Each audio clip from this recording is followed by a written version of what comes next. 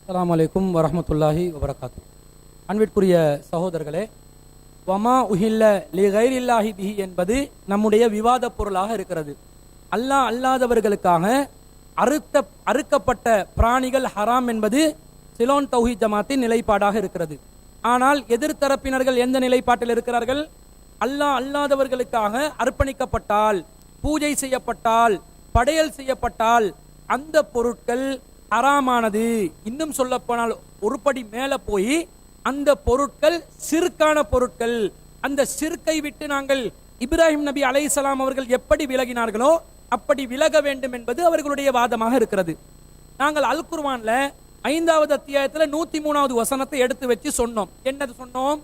இந்த பஹீராவையும் சாயிபாவையும் வசீலாவையும் ஹாமையும் முஸ்லிம் அல்லாதவர்கள், காஃபிர்கள், ஜாஹிலியா கால மக்கள் என்ன செய்தார்கள்? ஒட்டகங்களை பல காரணங்களுக்காக இறைவனுக்கு படையல் செய்து, இறைவனுக்காக பூஜை செய்து, இறைவனுக்காக அர்ப்பணித்து அவற்றை பயன்படுத்துவதோ, பாலை கறப்பதோ, அந்த மிருகங்கள் மீது, அந்த ஒட்டகங்கள் மீது சவாரி செய்வதோ, அவற்றை தங்களுடைய தனிப்பட்ட தேவைகளுக்காக பயன்படுத்துவதோ ஹராம் என்று சொல்லிக் கொண்டிருந்தார்கள். யார் சொல்வதை போன்று? எதிர்த்தரப்பினர்கள் சொல்வதை போன்று அது ஹராம். சிலைகளுக்காக படையல் செய்யப்பட்டால் அந்த பொருளே பயன்படுத்தக்கூடாது. படையல் செய்யப்படுவது என்பது சிறுக்கு. இஸ்லாம் அதை தடுக்கிறது. ஆனால் இவர்களுடைய வாதம் என்ன? அல்லாவுக்கே பாடம் சொல்லி கொடுக்கிற ஒரு நிலைக்கு போய், ஒரு படி மேல போய், படையல் செய்வது ஹராம் மாத்திரமல்ல, படையல் செய்யப்பட்ட பொருளும் ஹராம், அந்த பொருளை விட்டு நாங்கள் விலக வேண்டும் என்று மக்கத்து காபிர்கள் எப்படி மக்கள் மத்தியிலே சொல்லிக் கொண்டிருந்தார்களோ, பஹீராவை, சாயிபாவை, வசீலாவை, ஹாமை நீங்கள் பயன்படுத்தவே கூடாது என்று தடை விதித்தார்களோ, அந்த மாதிரி முஸ்லிம்களுக்கும் இவர்கள் தடை விதித்துக் கொண்டிருக்கிறார்கள். அல்லாஹ் தஆலா இதுக்கு என்ன மரணாடி கொடுக்கிறான்? அல்லாஹ் தஆலா சொல்கிறான், வலாக்கின்னல்லதீன கஃபரு, இறைவனை நிராகரித்தவர்கள், யஃப்தரூன அலல்லாஹில் கதிப வ அக்ஸருஹும் லா யாகிலூன், அவர்களில் அதிகமானவர்கள் அறியவும் மாட்டார்கள், அல்லாஹ் மீது இட்டுக்கட்டி சொல்கிறார்கள். இவர்கள் அல்லாஹ் தஆலா இந்த பஹீராவை, சாயிபாவை, ஹாமை, வசீலாவை தடை செய்ததாக பயன்படுத்த கூடாது என்று கடவுளுக்கு நேர்ச்சை செய்யப்பட்ட ஒரு நிலையில் வைத்ததனால அதை நீங்க எந்த வகையிலுமே பயன்படுத்த கூடாது என்று தடை விதித்தது அல்லாஹ் தஆலா ஏற்படுத்தல என்று சொல்கிறார்கள். எப்படி இருக்குதுன்னு சொன்னா, 1450 வருடங்களுக்கு முன்பு அருளப்பட்ட வசனம் இப்ப இந்த சந்தர்ப்பத்தில் அருளப்பட்ட மாதிரி இவர்களுக்கே நச்சென்று அடிக்கக்கூடிய விதத்துல நான் சொன்னேனா இல்லையா? நோஸ் கட் ஆகும் என்று சொன்னேனா இல்லையா? இந்த நோஸ் கட் ஆகக்கூடிய விதத்தில் அல்லாஹ் ரப்பல் ஆலமீன் சொல்வதை நாங்கள் பார்க்கிறோம். இன்னும் சொல்ல போனால் இது சம்பந்தமாக வரக்கூடிய புகாரில 42-57வது ஹதீஸ்ல நபிகள் நாயகம் ஸல்லல்லாஹு அலைஹி வஸல்லம் அவர்கள் சொல்கிறார்கள், இந்த வசீலாவை ஒருவர் என்ன செய்கிறார்? சாயிபாவை ஒருவர் நேர்த்தியாக ஏற்படுத்தி அதை பயன்படுத்த கூடாது என்று சொன்னதனால அவர் நரகத்திலே, அம்ர் பின் ஆமின் அல் குஸாய் என்று சொல்லக்கூடியவர் நரகத்தில் அவர் தள்ளப்பட்டார், நரகத்தை நோக்கி சென்று கொண்டிருந்ததை நான் பார்த்தேன். அதாவது அல்லாஹ் அல்லாதவர்களுக்காக அல்லாதவர்களுக்காக படையல் செய்யப்பட்டதை ஹராம் என்று யார் சொல்வார்களோ, அதை யார் ஹராமாக்கி கொள்வார்களோ, இப்படி சாயிபாவை ஹராமாக்கி கொண்ட அம்ர் இப்னு ஆமிர் என்பவர் நரகத்தை நோக்கி சென்று கொண்டிருந்ததை நான் பார்த்தேன் என்று அல்லாஹ்வின் தூதர் ஸல்லல்லாஹு அலைஹி வஸல்லம் சொல்றாங்க. இப்ப யார நரகத்துக்கு அழைக்கிறார்கள் என்று விளங்குதா? யார் நரகத்துக்கு போய் கொண்டிருக்கிறாங்க என்று விளங்குதா? அல்லாஹ் பாதுகாக்க வேண்டும். சிந்தியுங்கள். நீங்கள் தவறான நிலையில், புரியாத நிலையில், அதிமேதாவித்தனமாக சிந்தித்து இந்த வசனத்திலிருந்து நாங்கள் இப்படி புரிந்து கொள்ள வேண்டும் என்ற ஒரு தவறான ஒரு கொள்கையை முடிவெடுத்திருக்கலாம். ஆனால் உங்களுக்கு அல்லாஹ் நேர்வழி காட்டுவதற்கு இந்த திருமறை வசனமும் ஹதீஸும் போதுமானதாக இல்லையா? எவ்வளவு வமா உஹிலக்கு விளக்கம் சொல்கிறோம், ஆனால் உங்களுடைய மண்டை திறந்து கொள்வதாக தெரிவதில்லை. அதனால் நீங்க என்ன செய்யுங்க? இவற்றை சிந்தித்து மக்கத்து காபிர்களுடைய நிலைக்கு நாம் சென்று விடக் கூடாது, அம்ர் இப்னு ஆமிர் போன்று நரகத்தை நோக்கி நாம் சென்று விடக் கூடாது என்று அல்லாஹ் அல்லாத சிலைகளுக்காக படையல் செய்வது ஹராம் தான். அதற்காக வேண்டி அந்த பொருளை தடுத்துக் கொள்வது நரகத்துக்கு இட்டு செல்லக்கூடிய படுபயங்கர பாவமான காரியம் என்பதை உணர்ந்து விலக வேண்டும். அன்பிற்குரியவர்களே, எந்த அளவுக்கு என்று சொன்னா, இவர்கள் பேசிய வீடியோக்களில் எந்த அளவுக்கு வரம்பு மீறுகிறார்கள் என்று சொன்னா பாருங்கள். இவங்க சொல்றாங்க, கிளிப் 44 போடுங்க.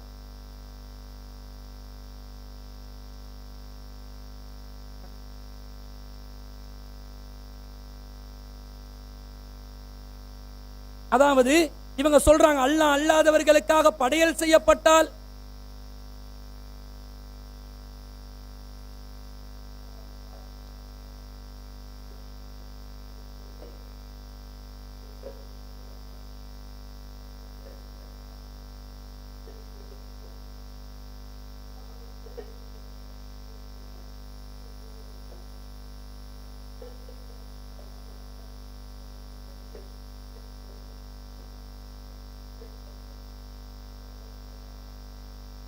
அதாவது தேங்காய் ஒன்றை படையல் செய்தால் அது சிறுக்கு தேங்காய், வாழைப்பழத்தை படையல் செஞ்சா சிறுக்கு வாழைப்பழம், கத்திரிக்காயை படையல் செஞ்சா சிறுக்கு கத்திரிக்காய், கிழங்கையும் கத்திரிக்காவையும் சிறுக்காக்குற அளவுக்கு அறிவு எந்த அளவுக்கு போச்சு?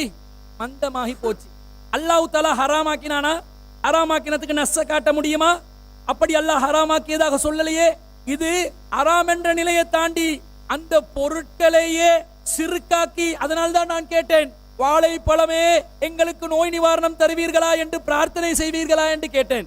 தேங்காயே கத்திரிக்காயே எனக்கு அரிப்பு இருக்கிறது, அந்த அரிப்பை கத்திரிக்காயை நீ அகற்றி விடுவீரா என்று பிரார்த்தனை செய்வீர்களா என்று கேட்டேன். கேட்டேனா இல்லையா? காரணம், பூஜை செய்யப்பட்டு விட்டது. இப்ப பூஜைண்டா ஹராம் என்றது மட்டுமில்லை, அவங்க ஹராம் சொல்றதும் தப்பு, ஹராம் என்றது மட்டுமில்ல, அதுவே கடவுளாக மாறிவிட்டது. இப்ப பகவான் கத்தரிக்காய், பகவான் தேங்காய், பகவான் வாழைப்பழமாக வாழைப்பழம் மாறிவிட்டது.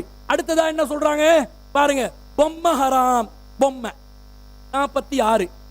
ஆனால் எந்த பொம்மை, எந்த விக்கிரகம், எந்த உருவச்சிலை இது கடவுள் சிலை, கடவுளுடைய ஆற்றல் பெற்ற ஒரு சிலை, இதுதான் கடவுள் என்று சக்தி பொருந்திய ஒன்றாக பார்க்கப்படுகிறதோ, அப்பொழுது விளையாட்டு பொம்மையாக இருந்த பொம்மை ஹராமான பொம்மையாக மாறிவிடுகிறது, அழிக்கப்பட வேண்டிய ஒன்றாக மாறிவிடுகிறது.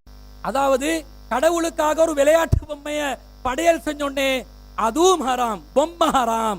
இப்ப கடவுள் பொம்மை எப்படி, கடவுள் பொம்மை எங்க கொண்டு போறாங்கன்னு பாருங்க, மக்கள் சிந்திங்க. கடவுள் பொம்மை ஹராம், கடவுளாக மாறுமாது அவன் நம்பிக்கையில நினைத்தவுடன் இவங்க எப்படி அதுக்கு முட்டு கொடுக்குறாங்கடா? அவன் நம்பிக்கை, நாங்க இணை வைத்தல் என்றதை கூட இப்ப நாங்க பயன்படுத்துறது இல்ல. என்ன சொல்லுவோம்? இணை கற்பித்தல் என்றோம். ஏன் கற்பித்தல் என்றோம்? வலை யகுல்லஹு குஃபுவன் அஹத், அவனுக்கு நிகரா யாரும் இல்லை, லைஸ கமிஸ்லிஹி ஷைஉன், அவனுக்கு ஒத்ததாக எதுவும் இல்லை என்று சொல்வதனால் அல்லாஹ்வுக்கு இணை கற்பித்தல், கற்பனையாக உருவாக்குகிறார்கள் என்று சொல்கிறோம். இவங்க எப்படி தெரியுமா? இணை கற்பித்தல் அல்ல, அது இணை வைத்தல் தான். வைக்கிறாங்க, பொம்மைய கடவுள் ஆக்கிட்டாங்க. இப்ப சரி, அந்த பொம்மையை நான் தொடவா? ஆனா தொடாதீங்க, இப்ராஹிம் நபி விலகினார்களா இல்லையா?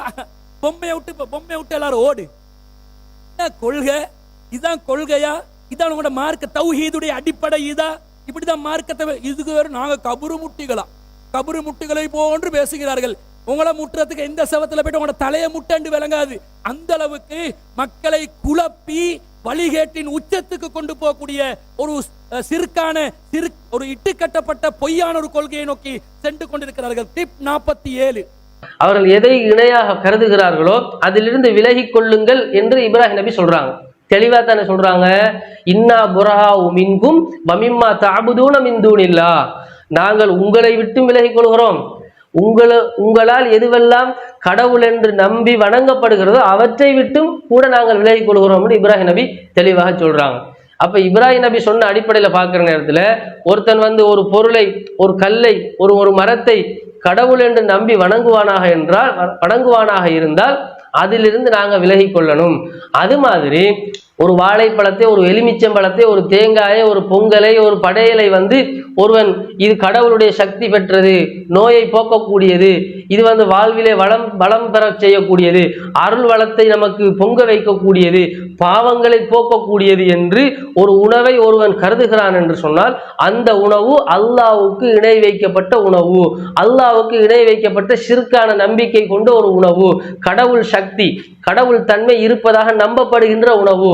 எனவே ஒன்றிலே கடவுள் தன்மை இருக்கிறது, அது கடவுள் என்று நம்பப்பட்டால் அதிலிருந்து முஸ்லிம்களாகி நாங்கள் என்ன செய்ய வேண்டும்? இப்ராஹிம் நபியினுடைய வழிமுறையை பின்பற்றி விலகி கொள்ளணும். இப்ராஹிம் நபி என்ன சொன்னாங்க? அல்லாஹ் தாலாவுக்கு இணையாக மக்கள் கருதக்கூடியதை விட்டு விலகிவிட்டார்கள். கேள்வி கேட்டோம், இப்ராஹிம் நபி எப்படியா சொன்னார்? சூரியனை விட்டு விலகினாரா? சந்திரனை விட்டு விலகினாரா? அது இப்ராஹிம் நபி கிட்ட கேட்டுக்கொள்ளுங்கன்னு சொல்லி இப்ராஹிம் நபியை ஒரு நையாண்டி பண்ணி விட்டுட்டு அதுக்கு பிறகு அது கொஞ்சம் ரிவர்ஸ் டைம் சில விஷயங்கள் பேசினார்கள் என்று வைத்துக் கொள்ளுங்கள். என்ன சொல்கிறார்கள்? இப்ராஹிம் நபி எப்படி சிறுக்குல இருந்து விலகினார்களோ அந்த மாதிரி சிறுக்கு பொம்மை விலகிக் கொள்வோம், சிறுக்கு வாழைப்பழம் விலகிக் கொள்வோம், சிறுக்கு கத்திரிக்காய் விலகிக் கொள்வோம், சிறுக்கு உருளைக்கிழங்கு விலகிக் கொள்வோம்.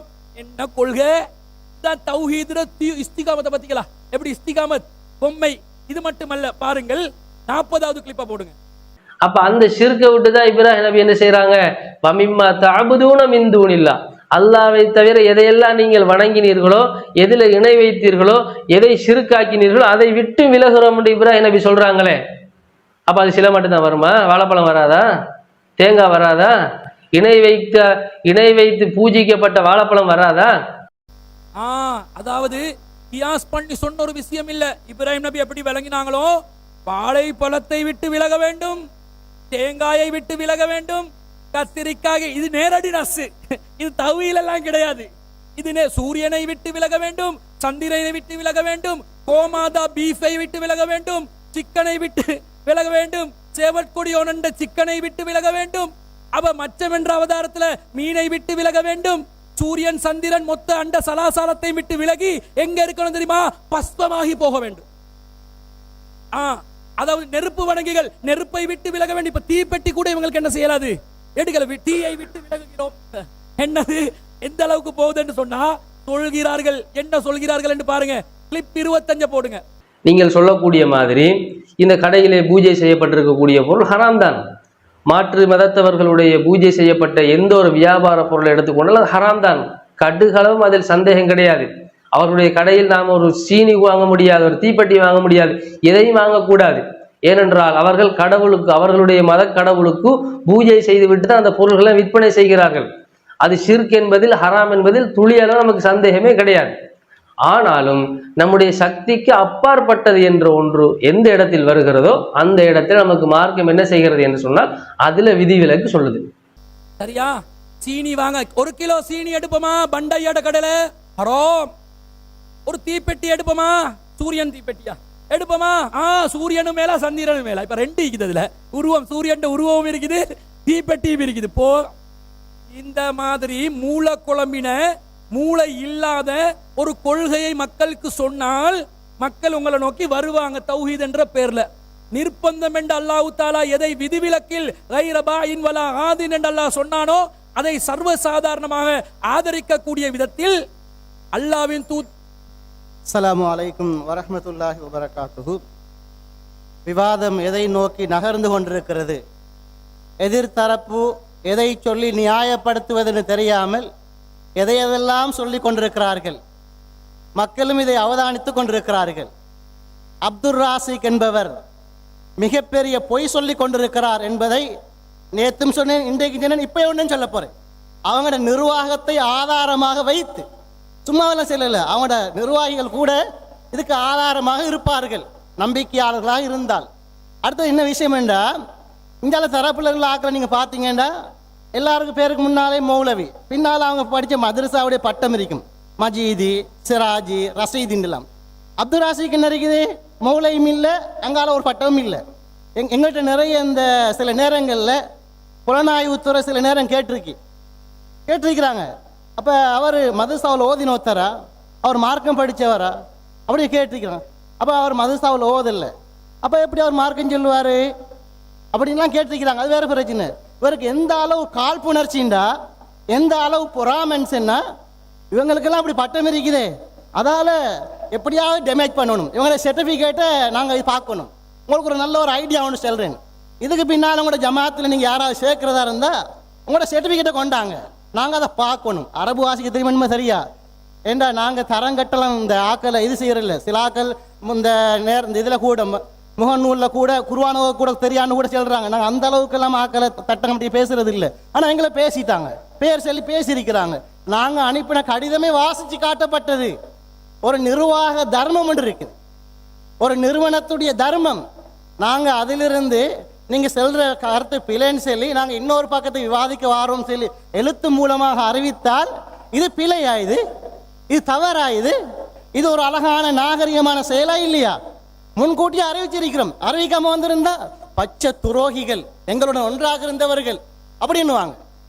அறிவித்து நாகரிகமாக நாங்கள் நடந்திருக்கிறோம். அந்த கடிதத்தை கொண்டு வாசிச்சு காட்டினார். அது பிரச்சனை இல்லை. நாங்கள் எழுதின கடிதம் தானே, அதில் எங்களுக்கு எந்த பிரச்சனையும் கிடையாது. அதில் ரெட்டை வேடுமாம். நாங்கள் என்ன செய்யணும் தெரியுமா? அதில் நான் இப்படி கலந்து கொள்கிறேன், ஆனால் எதிர்காலத்தில் இந்த இந்த ஜமாத்தோடு சேர்ந்து பயணிக்கிறதுக்கும் தயாராக இருக்கிறேன். ஏன் சொன்னேன் தெரியுமா? சில நேரம் நாங்கள் முன்வைக்கின்ற ஆதாரத்தின் அடிப்படையில் உங்களுக்கு மனமாற்றம் வந்து அதை நீங்கள் சரியாக கண்டு திருந்திக் கொண்டால் மீண்டும் இந்த ஜமாத்தில் பயணிப்பதில் எங்களுக்கு எந்த பிரச்சனையும் கிடையாது, எந்த ஆட்சேபனும் கிடையாது. அதனால தான் சொன்னோம், சும்மா வந்து சேர்றதுக்கு இல்லை. நீங்கள் அதை ஞாபகத்தில் வச்சுக்கணும். அடுத்தது இவங்களோட இந்த தரம் எப்படி தெரியுமா? இவங்களோட ஆய்வுடைய தராசரம் எப்படின்னு தெரியுமா என்றெல்லாம் கேட்டார். தராசரத்தை நான் சொல்கிறேன். இவங்களோட கடிதம் எனக்கு வந்திருக்குது, அது டேட் எல்லாம் சேர்த்து எடுத்திருக்கிறேன். நான் ஒரு தரம் இந்த ஆய்வுக்கு வாங்கன்னு சொன்னாங்க.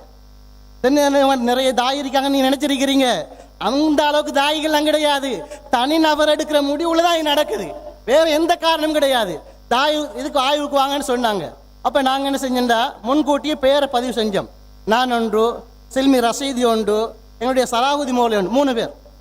இன்னொரு யாரோ தெரியா எங்களுக்கு திருப்பி ஒரு அறிவித்தல் வருது, இது ஒரு பெரிய இயக்கம் தானே, தாய்கள் யாரும் இல்லை, 4 பேர் தான் வந்திருக்கோம். அப்போ நாங்கள் 3 பேர் 3 பேர். இன்னொரு யாரோ தெரியா 4 பேர் தான் அப்ளை பண்ணிருக்கிறாங்க, அறிவிச்சிருக்காங்க வாரண்டு. நாங்கள் வேறொரு நேரத்தில் இதை நம்ம டேட்டை மாற்றிக்குவோம் சொல்லி டேட் ஒன்று போட்டு அனுப்பினாங்க. டேட் தேவைன்னா நான் தருவேன் உங்களுக்கு. இப்போ அப்போ அந்த டேட்டில் திருப்பி நாங்கள் வாரோம்.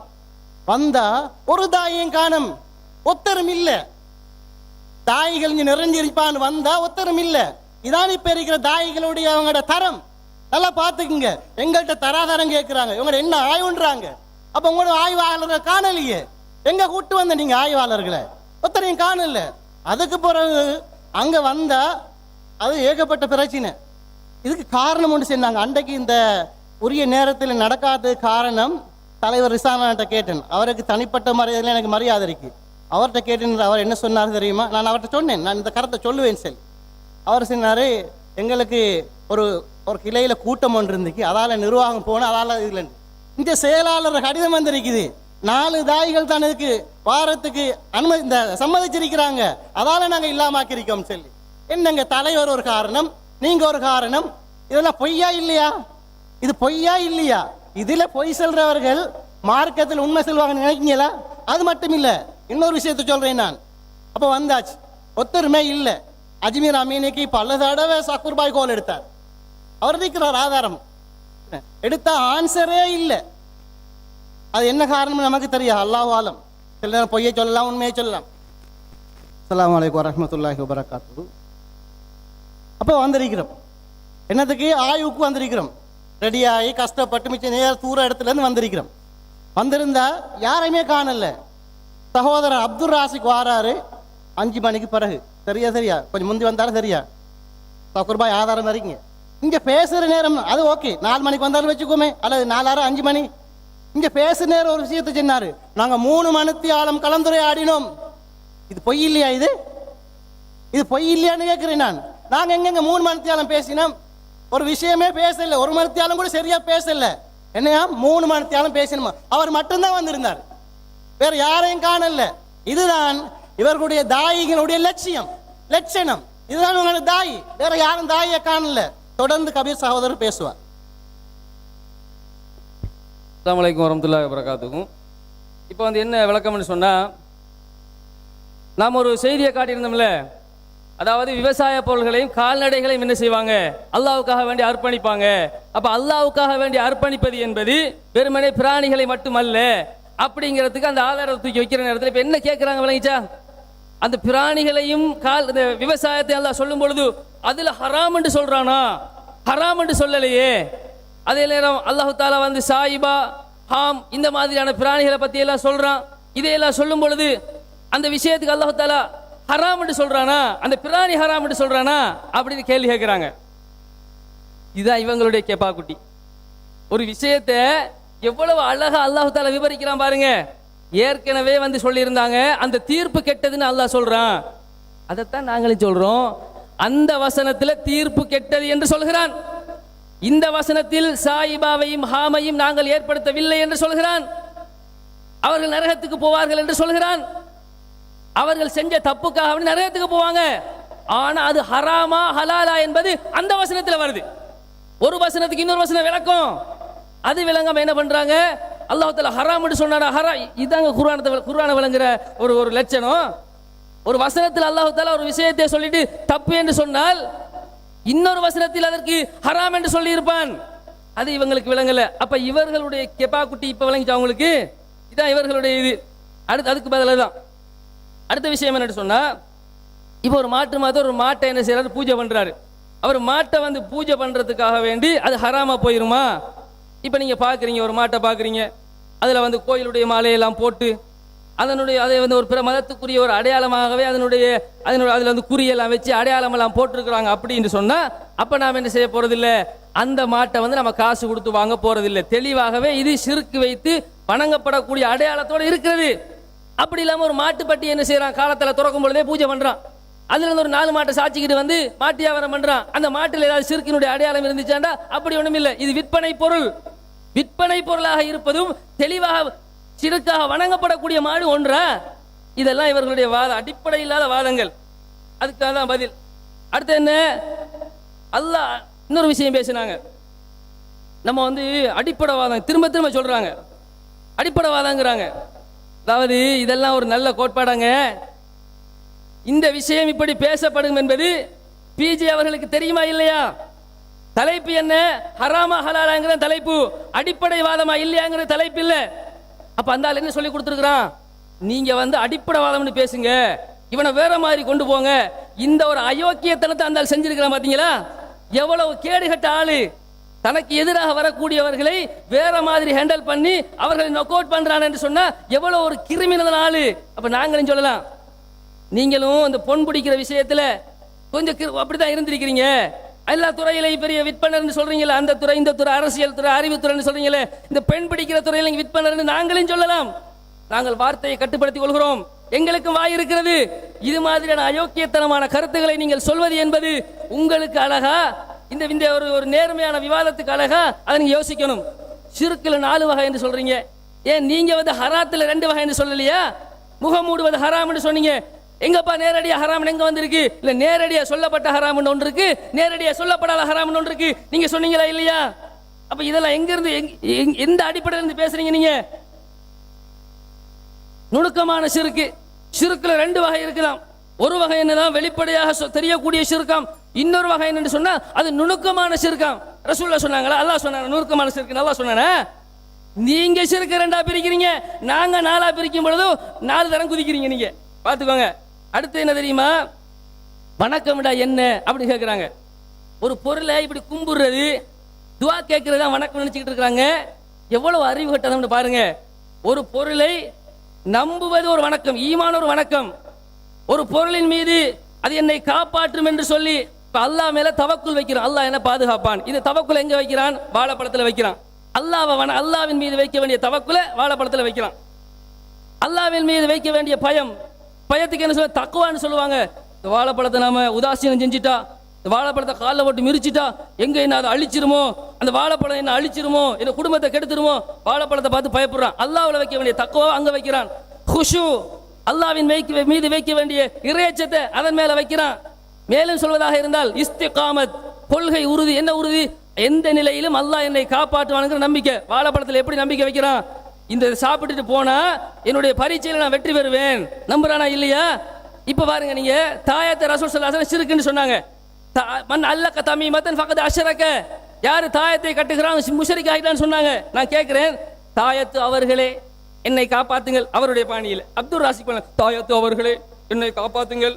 ஷிர்கான தாயத்து அவர்களே, ஷிர்கான கத்தரிக்காயே, ஷிர்கான வாழைப்பழமே சொன்னீங்கல்ல, இப்ப ஷிர்கான தாயத்தே.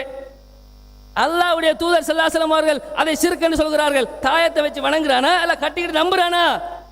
வணக்கம் என்னன்னு தெரியலங்க. உள்ளம் சார்ந்த வணக்கம், நம்புறது, நம்பிக்கை வைக்கிறது, அதன் மீது ஒரு பொறுப்பு சாட்டுறது, அதுக்காக வேண்டி கட்டுப்பட்டு நடக்கிறது. இதெல்லாம் இந்த பூஜை செய்யப்பட்ட பொருளை பார்த்து அவன் நம்பிக்கை வைக்கிறானா இல்லையா? அல்லாஹ்வின் மீது வைக்க வேண்டிய தவக்குலை எதன் மீது வைக்கிறான்? வாழைப்பழத்தில் வைக்கிறான், தேங்காயில் வைக்கிறான். அஸ்ஸலாமு அலைக்கும் வரஹ்மத்துல்லாஹி வபரகாத்துஹு. அன்பிற்குரிய சகோதரர்களே, எதிர்த்தரப்பு என்ன இடத்துக்கு வந்துட்டாங்கன்னு சொன்னா, வைத்தறிச்சல் முத்தி போய் தனிநபர் விமர்சனங்களை பகிரங்கமாக மேடையில் வைக்கிற அளவுக்கு வந்துட்டாங்க. அறிஞர் பிஜே அவர்கள் சம்பந்தப்பட்ட குற்றச்சாட்டை இந்த மேடையில வச்சாங்க. அப்படி வைக்கிறதா இருந்தா நீங்க எப்படி வைக்கணும், அதை நீங்கள் உண்மை என்று நம்பி ஏற்று வைப்பவர்களாக இருந்தால் அது சம்பந்தப்பட்ட ஆதாரத்தை, சாட்சியத்தை மார்க்க அடிப்படையில் முன்னிறுத்தி தான் இந்த குற்றச்சாட்டை வைக்க வேண்டும். எதிரிகள் எப்படி இந்த தௌஹீதை அளிப்பதற்கு சதி செய்கிறார்களோ அந்த அணியில் இவர்களும் சேர்ந்து விட்டார்கள். இது வேண்டாத வேலை, இது அவசியமற்ற விஷயம், இது நம்முடைய விவாத ஒப்பந்தத்திற்கு முற்றிலும் முழுதாக மாற்றமான ஒரு கருத்து. இதையும் நாங்கள் வைக்கலாமா இல்லையா என்ற தொனியில வந்து வைக்கிறாங்களாம். இது வரம்பு மீறும் ஒரு செயல், கண்டனத்துக்குரிய ஒரு செயல். விவாத தலைப்பில் தனிநபர் தாக்குதலாக, விமர்சனங்களாக கருத்து பரிமாற்றங்கள் சொல்லக்கூடாது என்று சொன்னதை பகிரங்கமாக அவதூறாக ஒரு பொய்யை இட்டு கட்டி இந்த இடத்திலே கூறியிருக்கிறார்கள். பிஜே அவர்களுடைய பேரை இவர்கள் புகழ்ந்து புகழ்ந்து பேசுகிறார்கள். பிஜே அவர்களை புகழ்வதுதான் இவர்களுடைய வேலை. அவர் கூட இதை கண்டிக்க மாட்டாரா? நேரடியா முகத்துக்கு புகழ்ந்தா அந்த ஆள்ட மூஞ்சில மண்ண தூவணும். நாங்க இது அவரை வந்து அண்ணன் பிஜே அவர்களே உங்களுடைய மகிமையோ மகிமெண்டா சொல்லி கொண்டிருக்கிறோம். மார்க்க ரீதியாக நல்ல விஷயங்களை பேசும்போது ஒருவரை புகழ்வது, அவருக்கு பின்னாடி இருந்து புகழ்வதில் என்ன தவறு இருக்கிறது? இப்ப லைவில் அவர் பார்த்து கொண்டிருந்தால் அவர் பார்த்து பேஸ்புக்கு ஸ்கிரீனுக்கு மண்ண தூவுறதுக்கா என்ன சொல்றீங்க? நல்லவர்களை, அறிஞர்களை, அதே நேரத்தில் மார்க்க அடிப்படையில் நல்லவர்களாக, சாலீன்களாக யாரெல்லாம் இருந்தார்களோ அவர்களுடைய திறமையை நாங்கள் போற்றி புகழ்ந்தால் அது மார்க்க ரீதியாக தவறான ஒரு காரியமா? ஆனால் அன்பிற்குரியவர்களே, நாங்க இப்ப அறிஞர் பிஜே அவர்களுடைய பேரை இந்த மேடையில எத்தனை தடவை நாங்க சொன்னோம் என்றதை பாருங்க. எதிர்த்தரப்பு எத்தனை தடவை சொன்னாங்கன்னு பாருங்க. கொஞ்சம் கணக்கு பண்ணி பாருங்களே. 6 அமர அந்த வீடியோக்களை ரீப்ளே பண்ணி பாருங்க. நாங்க ஒரு 5 தடவை சொல்லியிருந்தா 50,000 தடவை பிஜே பிஜே பிஜே. பிஜேக்கு நீங்கள் தான் பூஜை செய்கிறீர்கள், நாங்கள் பூஜை செய்யவில்லை. பாருங்கள், நாங்க எப்ப பிஜே அவர்களை பற்றி பதில் சொன்னோம்? இவங்க சொல்றாங்க, இவங்க ஒப்பிட்டு காட்டுற இமாம் புகாரியை விட இவங்க கொண்டு வந்துட்டாங்க என்று சொல்லும் போதுதான் பிஜே அவர்களை எந்த அடிப்படையில் வைத்து சொன்னோம்? நீங்கள் எப்போது குற்றச்சாட்டாக ஒரு விஷயத்தை சொல்வீர்களோ அப்போது அதற்கு பதிலாக சொல்வது நம் மீது கடமையாகுகிறது. அந்த நேரத்தில் சொல்வதை புகழாரம் புகழாரம் என்று எப்படி பேசலாம்? அப்போ ஒரு விவாதம் எந்த துணையில் சென்று கொண்டிருக்கிறது என்பதை கூட அறியாதவர்களாக பதில் சொல்லிக் கொண்டிருக்கிறார்கள். எங்களை பொறுத்தவரையில் பிஜே அவர்கள் ஒரு மார்க்கறிஞர் தான். அவர் நமக்கு கடவுளோ, நம்முடைய இறைவனுக்கு நமக்கும் இடைத்தரகரோ, அவர் மகானோ, ஒரு ரிஷியோ அல்ல. அவரை நாங்கள் ஒரு மனிதனுடைய இடத்தில் தான் வைக்கிறோம். ஆனால் உங்களை போன்று அறிஞரோடு பேசும்போது சரியானே என்று கூஜா தூக்குபவர்கள் அல்ல. நாங்கள் எதை மார்க்க ரீதியாக தவறாக காண்கிறோமோ அதை நேரடியாக அவருக்கு சுட்டி காட்டுவதற்கு தயங்காதவர்கள் என்பதை அவரும் அறிவார். நாங்களும் அப்படித்தான் செயல்படுத்தி கொண்டு வருகிறோம். ஆனால் உங்களை போன்று இரட்டை வேடம் போடுபவர்கள் அல்ல. அவரோடு பேச கிடைச்சா நீங்க எப்படியெல்லாம் எச்சி வடிப்பீங்கன்னு நமக்கு தெரியும். ஆனா அதை இந்த சபையில் நாங்கள் பேசுவதற்கு விரும்பவில்லை. ஆனால் இப்ப எப்படி காட்டுறாங்க தெரியுமா? அவர் என்றாலே அலர்ஜிமாய் காட்டுறாங்க. இதே எதிர்த்தரப்பில் உள்ளவர்கள் அறிஞர் பிஜே அவர்களுடன் பேசுகின்ற சந்தர்ப்பங்கள் கிடைத்த நேரத்தில் என்னமாய் நடந்து கொண்டார்கள் என்றதை நான் படம் போட்டு காட்டினால் அது சபைக்கு நன்றாக இருக்காது. அதனால் அதை விட்டு நாங்கள் விலகிச் செல்கிறோம். அடிப்படைவாதம் திசை திருப்புகிறார்கள். அடிப்படைவாதம் என்று சொல்கிறார்கள். நாங்கள் அப்ப அவர் கேட்கிறாங்க பயங்கரமான ஒரு கேள்வி. ஒமா உஹில் என்றதுல அந்த அல்லாஹ் அல்லாதவர்களுக்கு இருக்கிற பிராணிகளை நீங்கள் சாப்பிட்டாலும் அதுவும் அடிப்படைவாதம் என்று அவன் நினைக்க மாட்டானா என்று கேட்கிறார்கள். அதை எப்படி நினைப்பாங்க? அல்லாஹ் அல்லாதவர்களுக்காக படையல் செய்யப்பட்டது ஹராமு. ஒரு 1000 விஷயம் உலகத்துல ஹலாலா இருக்கும் போது ஒரு 2, 3, 4, 5, 10 முஸ்லிம்கள் மத ரீதியாக தங்களுக்கு தடை என்று சொல்கிறார்கள். பன்றியின் இறைச்சி ஹராம் போன்று, இரத்தம் ஹராம் போன்று, பிற கடவுள்களுக்கு அறுத்து பலியிடுவதும் ஹராம் தான் என்று முஸ்லிம்கள் நம்புகிறார்கள் என்று எடுத்துக் கொள்வார்கள். உங்களை போல நெருப்பட்டி ஹராம் என்றா, உங்களை போல சன்லைட் ஹராம் என்றா, ரின்சோ பேக்கெட் ஹராம் என்றா, அதை எப்படி எடுத்துக்கொள்வார்கள்? இது என்னடா இது? எப்படிடா சன்லைட் ஹராமானது? சன்லைட்டையும் குர்பான் பண்ணுகிறீர்களோ என்று யோசிப்பானா இல்லையா? அல்லாஹ் சொல்லி இருந்தால் ஹராம் என்றால் ஹராம் தான். அது சன்லைட்டா இருந்தாலும் நெருப்பட்டியா இருந்தாலும் பரவாயில்லை. ஆனா அல்லாஹ் ஹராமாக்கினானா? அல்லாஹ் ஹராமாக்காத ஒன்றை நீங்களாக இட்டு கட்டி திணித்து ஹராமாக்கும் போது அவன் சிந்திக்க மாட்டானா? இவங்களை பொறுத்த இந்த அணியை அவர்கள் கவனித்தால், முஸ்லிம் அல்லாதவர்கள் சிலோன் தௌஹீத் ஜமாத் அல்லாஹ் ஹராம் சொன்ன நஸ்ஸின் அடிப்படையில், ஆதாரத்தின் அடிப்படையில் ஒன்றை ஹராம் என்று சொல்கிறார்கள். எண்ணிக்கையில் அடங்கக்கூடியதாக இருக்கிறது. ஆனால் மௌலவி கபீர் தரப்பினர்கள் எப்படிப்பட்ட நிலையில் இருக்கிறார்கள்? எல்லாமே ஹராம் தானாம். அவன் நிர்பந்தத்துல தான் பயன்படுத்தி கொண்டிருக்கிறானாம். அவனே கன்ஃபியூஸ் ஆக மாட்டான். டேய், பேரன் லவ்லிக்கு என்னடா நிர்பந்தம் இருக்கிறது என்று கேட்டால் என்ன பதில் சொல்வீர்கள்?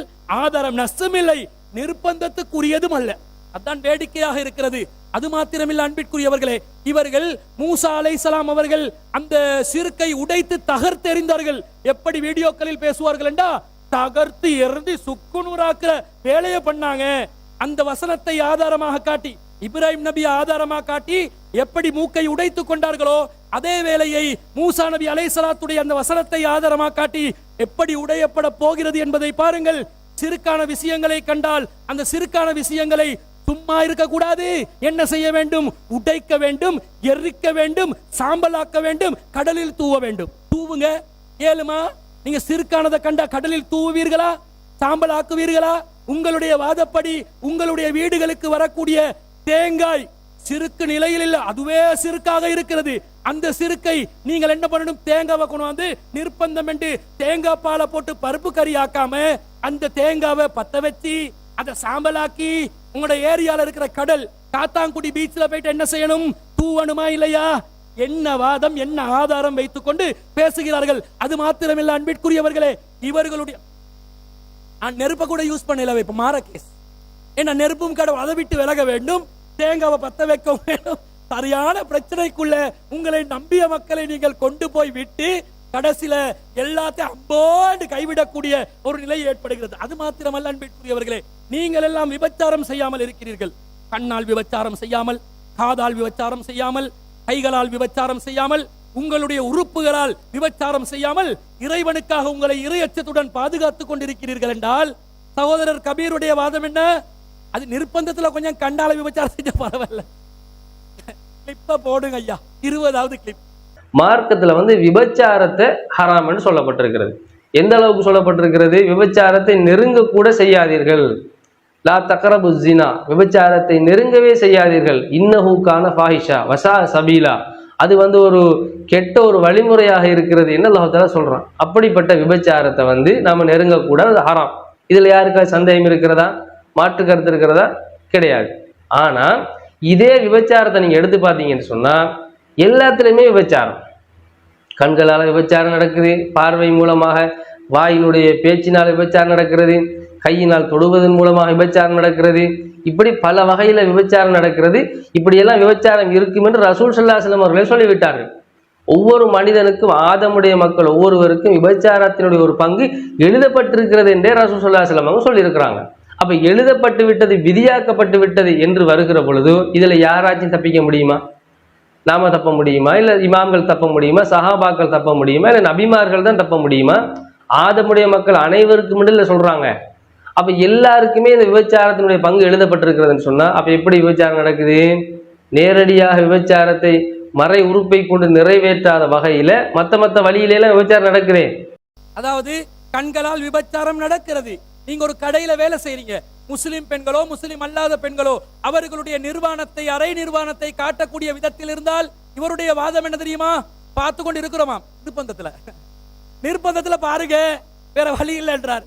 விபச்சாரத்தை நிர்பந்தத்துக்கு ஆதாரமாக்கன்னா இதுதானே விளக்கம். என்ன செய்ய சொல்கிறார்கள் அல்லாஹ்வின் தூதர் ஸல்லல்லாஹு அலைஹி வஸல்லம்?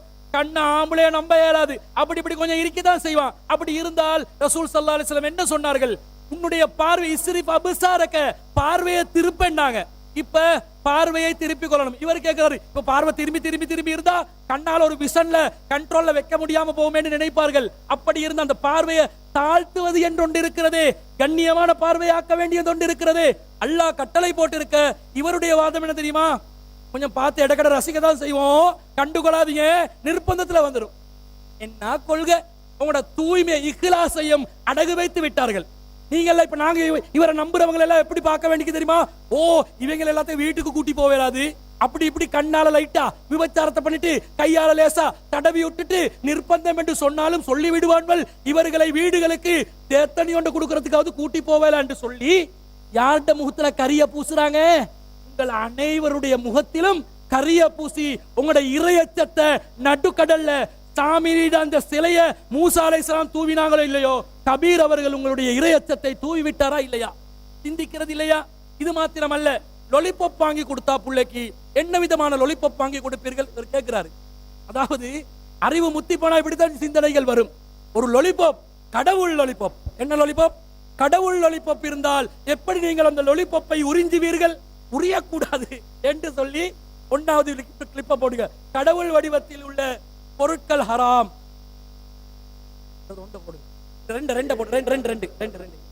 ரோட்ல போகும்பொழுது, வீதியில போகும்பொழுது உங்க பிள்ளைக்கு ஒரு லொலிபப் வாங்கி கொடுப்பதற்காக வேண்டி இந்த மாதிரி சிலுவை உருவத்தில் இருக்கக்கூடிய லொலிபப்பை நீங்க வாங்கி கொடுப்பீங்களா? அது மாதிரியான கேக்க வீட்டை போய் வாங்கி சாப்பிடுவீங்களா? ஒரு சபையில வச்சு உங்களுக்கு கடவுள் உருவத்தில் இருக்கக்கூடிய பிரமத கடவுள் வடிவில இருக்கக்கூடிய ஒரு கேக்கை உங்களுக்கு தந்தால் அதனை நீங்கள் சாப்பிடுவீர்களா? ஒரு மானம் இருந்தால், ரோஷம் இருந்தால், இஸ்லாமிய உணர்வு இருந்தால், ஈமானிய தெளிவு இருந்தால் கண்டிப்பாக அதை நீங்கள் சாப்பிட மாட்டீர்கள். அதாவது புள்ளையொண்ட ரோட்ல கூட்டி போப்பாங்களா, அது லொலிபப் கேட்குமாம். என்ன லொலிபப்புங்க கேட்குமா உங்ககிட்ட? சிலுவை லொலிபப், விநாயகர் லொலிபப், இயேசுநாதர் லொலிபப். என்ன வாதம்? சரி, அப்படி லொலிபப் கொண்டு கடையில விநாயகர் லொலிபப்பும் சிலுவை லொலிபப்பும் இருந்ததாக வைத்துக் கொள்ளுங்கள். இவங்க என்ன நான் சொன்னேன் அடிப்படைவாதம் என்று எங்க கொண்டு போறாங்கடா, அவனோட கடவுள்களை லொலிபப்பும் கேக்குமாக ஆக்கி விட்டார்கள். சரி, அப்படிதான் இருந்தா அது சிறுக்கின் வடிவம் இருக்கிறதா இல்லையா? சிறுக்கின் வடிவம் இருக்கிறது. அதை உடனடியாக அழித்து ஒழிக்க வேண்டும். அப்படியோ அழித்து ஒழிக்காவிட்டால் நாங்கள் சிறுக்குக்கு துணை புரிந்ததாக ஆகிவிடும். இது வெறி பிடித்த ஒரு நிலை, மனநிலை பாதிக்கப்பட்ட ஒரு நிலையாக இருக்கிறதா இல்லையா? 4வது கிளிப்பை போடுங்க. ஏன்னா அல்லாஹ்வுடைய தூதர் ஸல்லல்லாஹு அலைஹி வஸல்லம் என்ன சொல்றாங்க? முஸ்லிம்ல வரக்கூடிய ஹதீஸ் அர்சலனி பிஸலத்தில் அர்ஹாமி வ கஸ்ரில் அவ்சானி. என்னை அல்லாஹ் தஆலா எப்படி அனுப்பி இருக்கிறான் என்று சொன்னால், குடும்ப உறவுகளை சேர்ந்து நடக்கும்படியும், உருவங்களை, சிலைகளை, விக்கிரகங்களை, ஷிர்கான சிலைகளை உடைக்கும்படியும் அல்லாஹ் தஆலா என்னை அனுப்பி இருக்கிறான் என்று சொல்றாங்க. அப்ப ஷிர்கான சிலைகளை அழிக்க வேண்டும் என்பது ரசூல் ஸல்லல்லாஹு அலைஹி வஸல்லம் கோட்பாடாக இருக்கிறது. அதே மாதிரி அலி ரலியல்லாஹு அன்ஹு அவர்களை அனுப்பக்கூடிய செய்தி முஸ்லிம்ல இடம்பெறுகிறது. அதுவும் அதே மாதிரி அலி ரலியல்லாஹு அன்ஹு அவர்களை அனுப்பக்கூடிய செய்தி அதுவும் முஸ்லிம் தான் இடம்பெறுகிறது. அல்லா ததஅ திம்சாலன் இல்லா தமஸ்தா. எந்த ஒரு உருவச் சிலையையும் ஷிர்கான வடிவத்தையும் நீ அழிக்காமல் விட்டு விடாதே என்று சொல்லி ரசூல் ஸல்லல்லாஹு அலைஹி வஸல்லம் என்னை அனுப்பி வைத்தார்கள். இப்படியும் ஹதீஸ் இருக்கிறது. அப்ப ஷிர்கான உருவத்திலே, ஷிர்கான வடிவத்தில, விநாயகர் வடிவத்தில, சிலுவை வடிவத்தில அல்லது இயேசுநாதர் வடிவத்தில ஒரு உருவத்தை, ஒரு உணவை தயாரித்து உங்களுக்கு தந்தால் இப்ப இதுக்கு சட்டம் என்ன? இதுவும் ஹலால் என்று சொல்ல போறீங்களா? இதுக்கு ஆகும் என்ற ஃபத்வா கொடுக்க போறீங்களா? அல்லது இது மொத்தமாகவே இதை ஹராம் என்று ஒதுக்க போகிறீர்களா? அல்லது அந்த உருவத்தை நாங்கள் அழித்து விட்டு அந்த கேக்கை உடைத்து கசக்கி விட்டு அதற்கு பிறகு சாப்பிடுவோம் என்று ஏதாவது அறிவு கட்ட, ஏதாவது மானம் கெட்டு போன ஒரு பதில, ஏதாவது ரோஷம் கெட்டு போன, இஸ்லாத்துக்கு ரோஷம் மானம் எல்லாம் இருக்கிறது, அந்த ரோஷம் மானத்தை இழந்து ஒரு பதில் சொல்ல போறீங்களா? அதாவது அல்லாஹ்வின் தூதர் ஸல்லல்லாஹு அலைஹி வஸல்லம் அவர்கள் சிலைகளை உடைப்பதற்காக அனுப்பப்பட்டவர்கள். அத மாதிரி நாங்க போயிட்டு சிலையை உடைக்கணுமா? இல்ல லொலிபப்பை உடைக்கணும். சரி, உங்க வாதப்படி புள்ள லொலிபப்பை கேட்டுச்சென்று வைங்க. லொலிபப்பை எடுத்து என்ன பண்றோம்? வாயில எடுத்து நல்லா கடிச்சு தின்ன வேண்டியதுதானே? உடஞ்சி தானே போக போகுது, பஸ்பமாகத்தானே போக போகுது. இதுக்கு பயங்கர வாதமாங்க, மார்க்க ரீதியான தெளிவுகளாம். இதுதான் இஸ்திகாமத். இஸ்திகாமத்தை பார்த்தீங்களா? அஸ்ஸலாமு அலைக்கும் வரஹ்மத்துல்லாஹி வபரகாத்துஹு. அன்புக்குரிய இஸ்லாமிய சகோதரர்களே, விருப்பம் சம்பந்தமாக அடிக்கடி பேசி வராங்க. அந்த விடயத்தை பொறுத்த வரைக்கும் பொதுவாக நம்ம எப்படி தெளிவாக குறிப்பிடணும்னு கேட்டால், இந்த நாட்டில் நாங்கள் வாழுகிற பொழுது விரும்பாமல் நிர்பந்தத்தில் வாழ்ந்து கொண்டிருக்கிறோம். அதில் யாரும் மறக்க மாட்டான். எப்படி வாழ்கிறோம்? பாடசாலைக்கு அனுப்ப முடியாத நிலைமைன்னு கேட்டால் மொத்தமாகவே இணையப்பு நடக்கிறது. அது ஹாஸ்பிட்டலுக்கு போகாமல் ஒரு நிலைமை, ஒரு ஹோட்டலுக்கு போக முடியாத நிலைமை, இப்படி ஒட்டுமொத்தமாக நிர்பந்த நிலை இருக்கான்னு கேட்டால் இருக்க தான் செய்கிறது. அதில் யாரும் மறக்க முடியாது. அப்படி பேசுவதனால் அடிப்படை வாதம் ஆகிவிடுமான்னு கேட்டால், அப்போ அந்த வாதம் என்பது உங்களுக்கு திரும்பும் என்பதற்கு ஏற்கனவே பேசியிருக்கிறோம். அதே நேரத்தில் இவங்க அடிக்கடி என்ன பேசுகிறாங்கன்னா, இந்த ஃபேர் லவ்லி, அது மாதிரி சாக்லேட்டு, இது போன்ற காரியங்களை அடிக்கடி பேசுகிறாங்க. இது சம்மந்தம் விளங்கப்பட்டு லேசாக விளங்கிடலாம். பொதுவாக பார்த்தீங்கன்னா யாரையுமே என்ன செய்யறதுன்னு கேட்டால், ஒரு மாற்று மத சகோதரர்கள் எப்போவுமே இந்த தனக்கு அல்லாஹ்விடத்தில் பிரார்த்தனை செய்வான். அவங்களோட கடவுளத்தில், அவரோட கடவுளத்தில் பிரார்த்தனை செய்வான். எப்படி பிரார்த்தனை செய்வான்னு கேட்டால், தனக்கு என்ன செய்யணும்னு கேட்டால் லாபம் கூட கிடைக்கணும், அல்லது இன்றைய தொழில் கிடைக்கணும்ன்றா என்ன செய்வான்னு கேட்டால் ஆரம்பிக்கிற போல செய்வாங்க. யாரை மாற்று மத சகோதரர்கள் எங்கேயாவது சிக்னலாம் எடுத்து வச்சு, டூத் பிரஷை எடுத்து வச்சு எல்லாத்தையும் கொண்டு கடவுளுக்கு படைச்சி, கடவுளே இந்த சிக்னலுக்கு தானே உனக்காவணி படைக்கிறேன், எனவே அதுக்கு சக்தி கிடைக்க வேணும், அப்படி இங்கே நடக்குதா? அப்போ என்னது இல்லாத மக்கள்கிட்ட இல்லாத ஒன்றை ஏன் கேள்வியாக கேட்டுக்கிறீங்க? அது நடக்கிறது இல்லை, எங்கேயும் நடக்காது. நீங்கள் எந்த மாற்றம் சொல்கிற எடுத்துக்கனாலும் சிக்னலை வச்சுக்கொண்டோ அல்லது பிரஷை வச்சுக்கொண்டோ அதை கடவுளுக்கு முன்னால் வைத்துக்கொண்டு என்ன செய்கிறேன், நான் வந்து இது அருள் வளம் கிடைக்கிறேன், இது நீங்கள் அதை வைப்பதனால வந்து எங்களுக்கு என்ன செஞ்சிடும், அது வந்து அதுக்கு சக்தி வந்துடும். எனவே அந்த அந்த சிக்னலை பயன்படுத்துவதனால அந்த பல்லுக்கு தானே பல்லு வந்து சாதாரண பல்லாக மாறாது, தீட்டினா அப்படி சொல்கிறது இல்லை, அப்படி நடக்கிறது இல்லை. அப்போ எனவே என்ன செய்யலான்னு கேட்டால் திசை மாத்திரத்துக்கு அதை பயன்படுத்திடுமா. அப்போ அந்த நிருப்பம் கெட்ட கரைகள் அது வராது. ஏன் வராதுன்னு கேட்டால் அது அப்படி அவங்க செய்கிறவும் இல்லை, அவங்க நடக்கிறதும் இல்லை, காரியமும் கிடையாது. இதை நீங்கள் தெளிவாக புரிந்து கொள்ள வேண்டும். நாம் கேட்குற கேள்வி என்ன தெரியுமா, கடவுளுக்கு முன்னால் வந்து என்ன செய்கிறோம், ஒரு உணவை வந்து வைக்கிறோம், உணவுகளை வைக்கிற பொழுதோ அது ஹராமா ஹலாலான்ற விஷயத்தில் வந்து நீங்கள் தெளிவான ஆதாரம் வச்சிங்களா? இதுக்கு முன்னால் பிஜே என்று சொல்லக்கூடிய சகோதரர் இந்த ஜமாத்தை பொறுத்தவரை நம்ம என்ன நிலைப்பாடு இருந்தோம், கடவுளுக்கு முன்னால் படைக்கிறது எல்லாம் ஹராமா இருந்தோம் தானே இருந்தா. நான் கேட்குறேன் இதெல்லாம் வந்து எப்படி இருந்தோம்? அப்போ வந்து அடிப்படை வாதம் பேசணும். அப்போ ஏற்கனவே நாங்கள் இருந்திருக்கிறோம்ப்பா, ஆனால் அடிப்படை வாதமான நிலைப்பாடு இருந்தவன் அப்படியே முடிவெடுப்பீங்க? இப்போ என்ன சொல்கிறீங்க, ஏற்கனவே கிட்டத்தட்ட பல வருஷங்களாக 1-2 வருஷம் இல்லை அந்த அந்த நிலைப்பாடெலாம் நம்ம இருந்தோம். எனவே வந்து ஒரு நிலைப்பாடு இருந்து நீங்கள் ஒரு விளக்கத்துக்கு வாரீங்க. ஒரு விளக்கத்துக்கு வருகிற போல ஆதாரத்து அடிப்படையில் விளக்கத்துக்கு வந்தால் நம்ம ஒத்துக்கொண்டு போயிடுவோம். நீங்கள் ஆதாரம் ஒன்றும் வைக்கலையே, ஒரு நிலைப்பாட்டுக்கு வாரீங்க, சும்மா மனோச்சின் அடிப்படையில் விளக்கம் எடுக்கிறீங்களா? நீங்களா விரும்பி விளக்கம் எடுக்கிறீங்களா? மாற்று மத ஆக்களுக்கு மத்தியில் வந்து என்னங்க சொல்கிறது, யாராவது கேள்வி கேட்டால் கேள்விக்கு பதில் இல்லைன்னு அதுக்காக நீங்கள் விளக்கம் எடுக்கிறீங்களா? முடிவெடுங்க. அது எப்படி ஆதாரத்து அடிப்படை முடிவை எடுத்தால் நான் ஒத்துக்கூட தானே போகிறேன்னு சொல்கிறேன். நான் உங்களோட வாதங்களை பார்க்குறேன், பிஜியோட வாதங்களை பார்க்குறேன், இந்த சபையில் வாதங்களை பார்த்து ஒன்றும் வைக்கலையே. இந்த மார்க் அடிப்படையில் வகையின் அடிப்படை ஆதாரம் வச்சா ஒத்துக்கொண்டு போவோம்.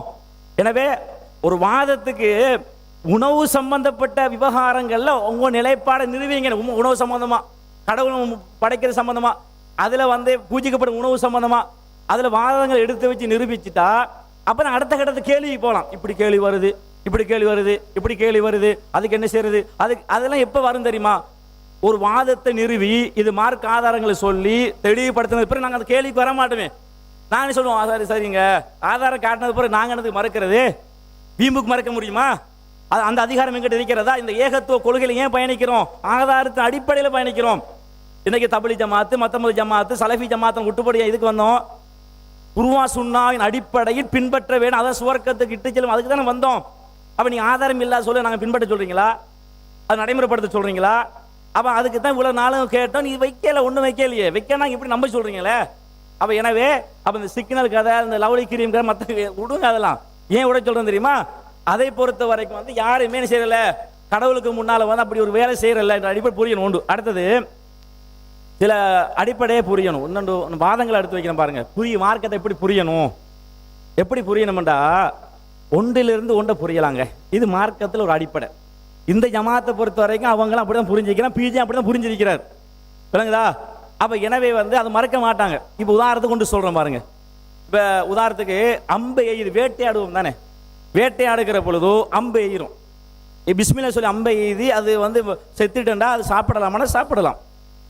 ஆனால் வந்து இப்போ கேள்வி என்ன தெரியுமா, அல்லாஹ் தஆலா அல் குர்ஆன் ரசூலுல்லாஹ் சொல்லுகிற பொழுது ஈட்டி முனை கூறு முனையால் தாக்கப்பட்டு துளைக்கப்பட்டு அந்த பிராணி செத்து போனா அதை வந்து சாப்பிடலாம். அதுக்கு கூறு முனை என்ற வார்த்தை கூறு முனையால்.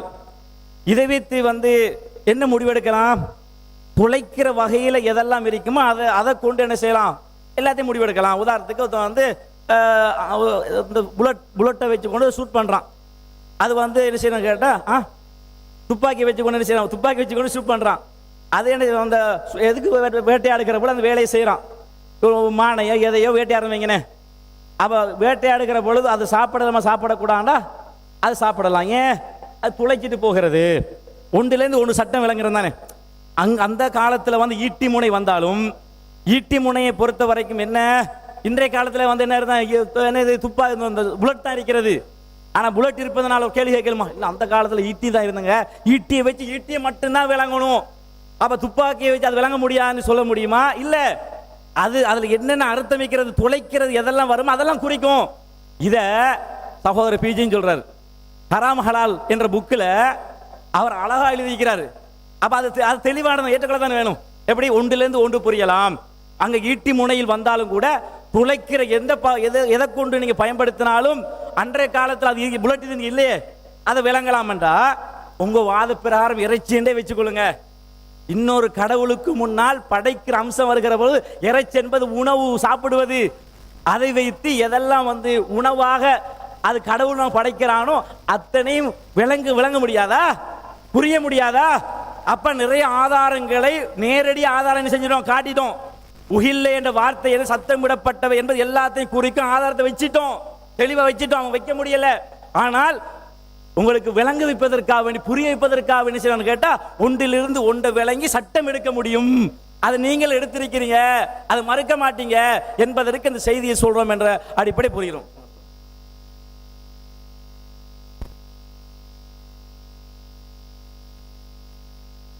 அன்புள்ள சகோதரர்களே, திரும்பியும் என்ன செய்கிறாங்க, அந்த பழைய கதையை தான் பேசுகிறாங்க. இந்த விவாதம் எந்த நோக்கத்தில் பேசப்பட்டது, எந்த நோக்கத்துக்காக இந்த விவாதத்துக்கு நம்ம வந்திருக்கிறோம் அப்படிங்கிற அடிப்படை உங்க எல்லாருக்கும் தெரியும். அதை அப்படியே உல்டா பண்ணி இதை வேற மாதிரி இதை கொண்டு போங்க, இதோடைய ஆக்களை முடிச்சு விட்டுருங்க, கனவுளை நடக்காது. அல்லாஹ் எங்கள் பக்கம் இருக்கிறான், நீங்க என்ன சதி செஞ்சாலும் வல்லாஹு கைருல் மாக்கிரீன், சதிகாரர்களுக்கெல்லாம் மேல் அல்லாஹ் இருக்கிறான். இல்லைச்சா, உங்க வேலையெல்லாம் நடக்காது. எங்களுக்கு எவ்வளவு நேரம் போகும்? நீங்க ஒரு விஷயத்தை பேசுற நேரத்தில் ஒன்று உளறி மினிமஸ் கதை ஒன்று சொன்னீங்களா இல்லையா? மினிமஸ் கதை சொல்லி நீங்க ஜெயில போய் கிடந்து கம்பி எண்ணி களி திண்டு அதுக்காக வேண்டி இந்த அந்த பழைய SLTJ ஜமாத்தில் இருந்த காலத்தில் அப்பாவி மக்கள் வேர்வை சிந்தி ரத்தம் சிந்தி உழைத்த காசை லட்சமாக செலவழித்து உங்களை காப்பாத்தி உங்களுக்காக வேண்டி பாதுகாப்புக்கு கார் வாங்கி தந்து உங்களை காப்பாத்துறதுக்கு அவ்வளவெல்லாம் கஷ்டப்பட்ட மக்களை பத்தி நீங்க யோசிச்சீங்களா? அதுக்கு பிறகும் கொஞ்சம் கூட ஒரு இது இல்லாமலுக்கு நோனன்னு என்னமோ சொன்னீங்க மேடையில் வச்சு. நீங்க சொன்ன அந்த நோனங்கிறத உங்களை எங்க கொண்டு விட்டுச்சு? அப்ப இந்த மாதிரியான விஷயங்கள், அப்ப ஒன்றுக்கு வழக்கு பேசுற விஷயம், அது நோனைக்கு தான் வழக்கு ஜெயில கிடந்தது, மற்றதுக்கு தான் வழக்கு பேசினது. அப்ப நீங்க திறமா இருந்து அடுத்தவங்களை பத்தி பேசணும். இப்ப என்ன விஷயம், என்ன சப்ஜெக்ட் போயிட்டு இருக்குது? நீங்க வச்சிருக்கிற குர்ஆன்லயும் நீங்க வைத்திருக்கக்கூடிய ஹதீஸ்லயும் மூசா நபி இப்படி செஞ்சாங்க, இப்ராஹிம் நபி இப்படி செஞ்சாங்க, அல்லாஹ்வுடைய தூதர் ஸல்லல்லாஹு அலைஹி வஸல்லம் அலி ரலியல்லாஹு அன்ஹு அனுப்பி இந்த மாதிரி செய்ய சொன்னாங்க. இருக்குதா இல்லையா? தரைக்கு மேல் உயர்த்தப்பட்ட கபரை தரமட்டமாக்குங்க, வணங்கப்படக்கூடிய உருவத்தை இல்லாம செய்யுங்க. இப்ராஹிம் நபி அந்த சிலைகளை உடைச்சு காட்டினாங்க. அதே மாதிரி மூசா நபி அந்த அவர்கள் வணங்கியதை எரித்து கடலில் போட்டார்கள். இது யாருக்குரிய சட்டம்? இலங்கை நாட்டில் வாழக்கூடிய முஸ்லிம்கள் செய்யக்கூடிய வேலைன்னு நம்ம சொல்லிக்கிட்டு இருக்கிறோமா? இப்படித்தான் முஸ்லிம்கள் செய்யணும்னு சொன்னோமா? எவ்வளவு அயோக்கியத்தை நம்ம பார்த்தீர்களா? இப்ப நான் இதுக்கு ஆதாரம் காட்டுறேன். அதாவது நானே என்ன செஞ்சிருக்கிறேன், இவர்கள் இங்க ஒண்ணு கிழிக்க தேவையில்ல. இந்த வீடியோவை பேசும்பொழுதே நான் சொல்லித்தான் பேசுறேன். அதையெல்லாம் இந்த வீடியோவை பேசி இன்னும் பேஸ்புக்ல இருக்குது. அப்பவே நான் என்ன சொல்றேன், இது அந்த அர்த்தத்தில் நாங்க சொல்லல. என்ன விளக்கம்னு சொன்னா, இந்த வீடியோ அந்த லெப்ல எடுத்துக்கொள்ளல, போன்ல என்ன காட்ட முடியும்?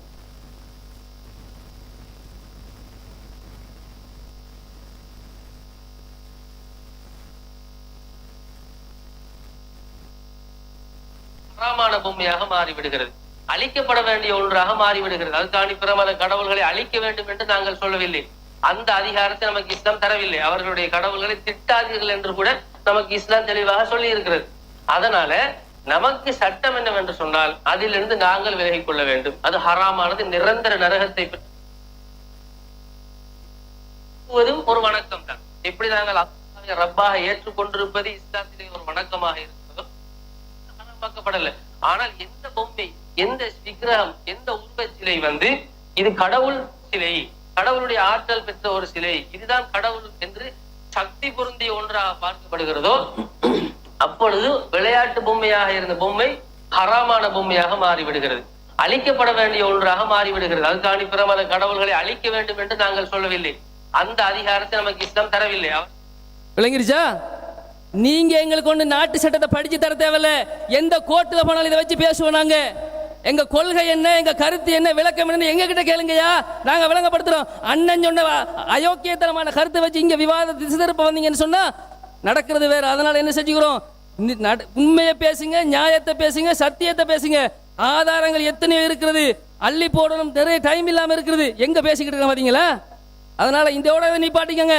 உங்களுக்கு கடைசியாக சொல்லிக் கொள்றோம், இது வந்து இந்த விவாதத்தை வேண்டும் என்று திசை திருப்பதற்கு நீங்க செய்யக்கூடிய வேலைங்கிறத சொல்லி என்ன செஞ்சு கொள்றேன், முடிச்சு கொள்றேன். அடுத்ததாக என்ன விஷயம்னு சொன்னால், சகோதரர் அப்துல் ராசிக் அவர்கள் எந்த அளவுக்கு. அஸ்ஸலாமு அலைக்கும் வரஹ்மத்துல்லாஹி வபரகாத்துஹு. அன்பிற்குரிய சகோதரர்களே, ஒரு விஷயத்தை பதிவு செஞ்சு கொள்ளணும். இந்த நடக்கிறது வேற, இந்த மிரட்டல் எல்லாம் நமக்கிட்ட செல்லுபடியாகாது. நிறைய பேர் மிரட்டி பார்த்தாங்க. எந்த அளவுக்கு மிரட்டி பார்த்தாங்கண்டா, அதிகாரத்தில் உள்ளவர்கள் மிரட்டி பார்த்திருக்கிறார்கள், இனவாதிகள் நம்மை மிரட்டி பார்த்திருக்கிறார்கள், பலரும் மிரட்டி பார்த்திருக்கிறார்கள். ஆனா ஒன்னையுமே புடுங்க முடியாது. இந்த மிரட்டல் தொனி இங்கெல்லாம் செல்லுபடியாகாது. ஒன்று அந்த மிரட்டுவதை வாபஸ் வாங்கி கொள்ள வேண்டும். அடுத்தது அடிப்படைவாதம் என்று என்ன சொன்னோம்?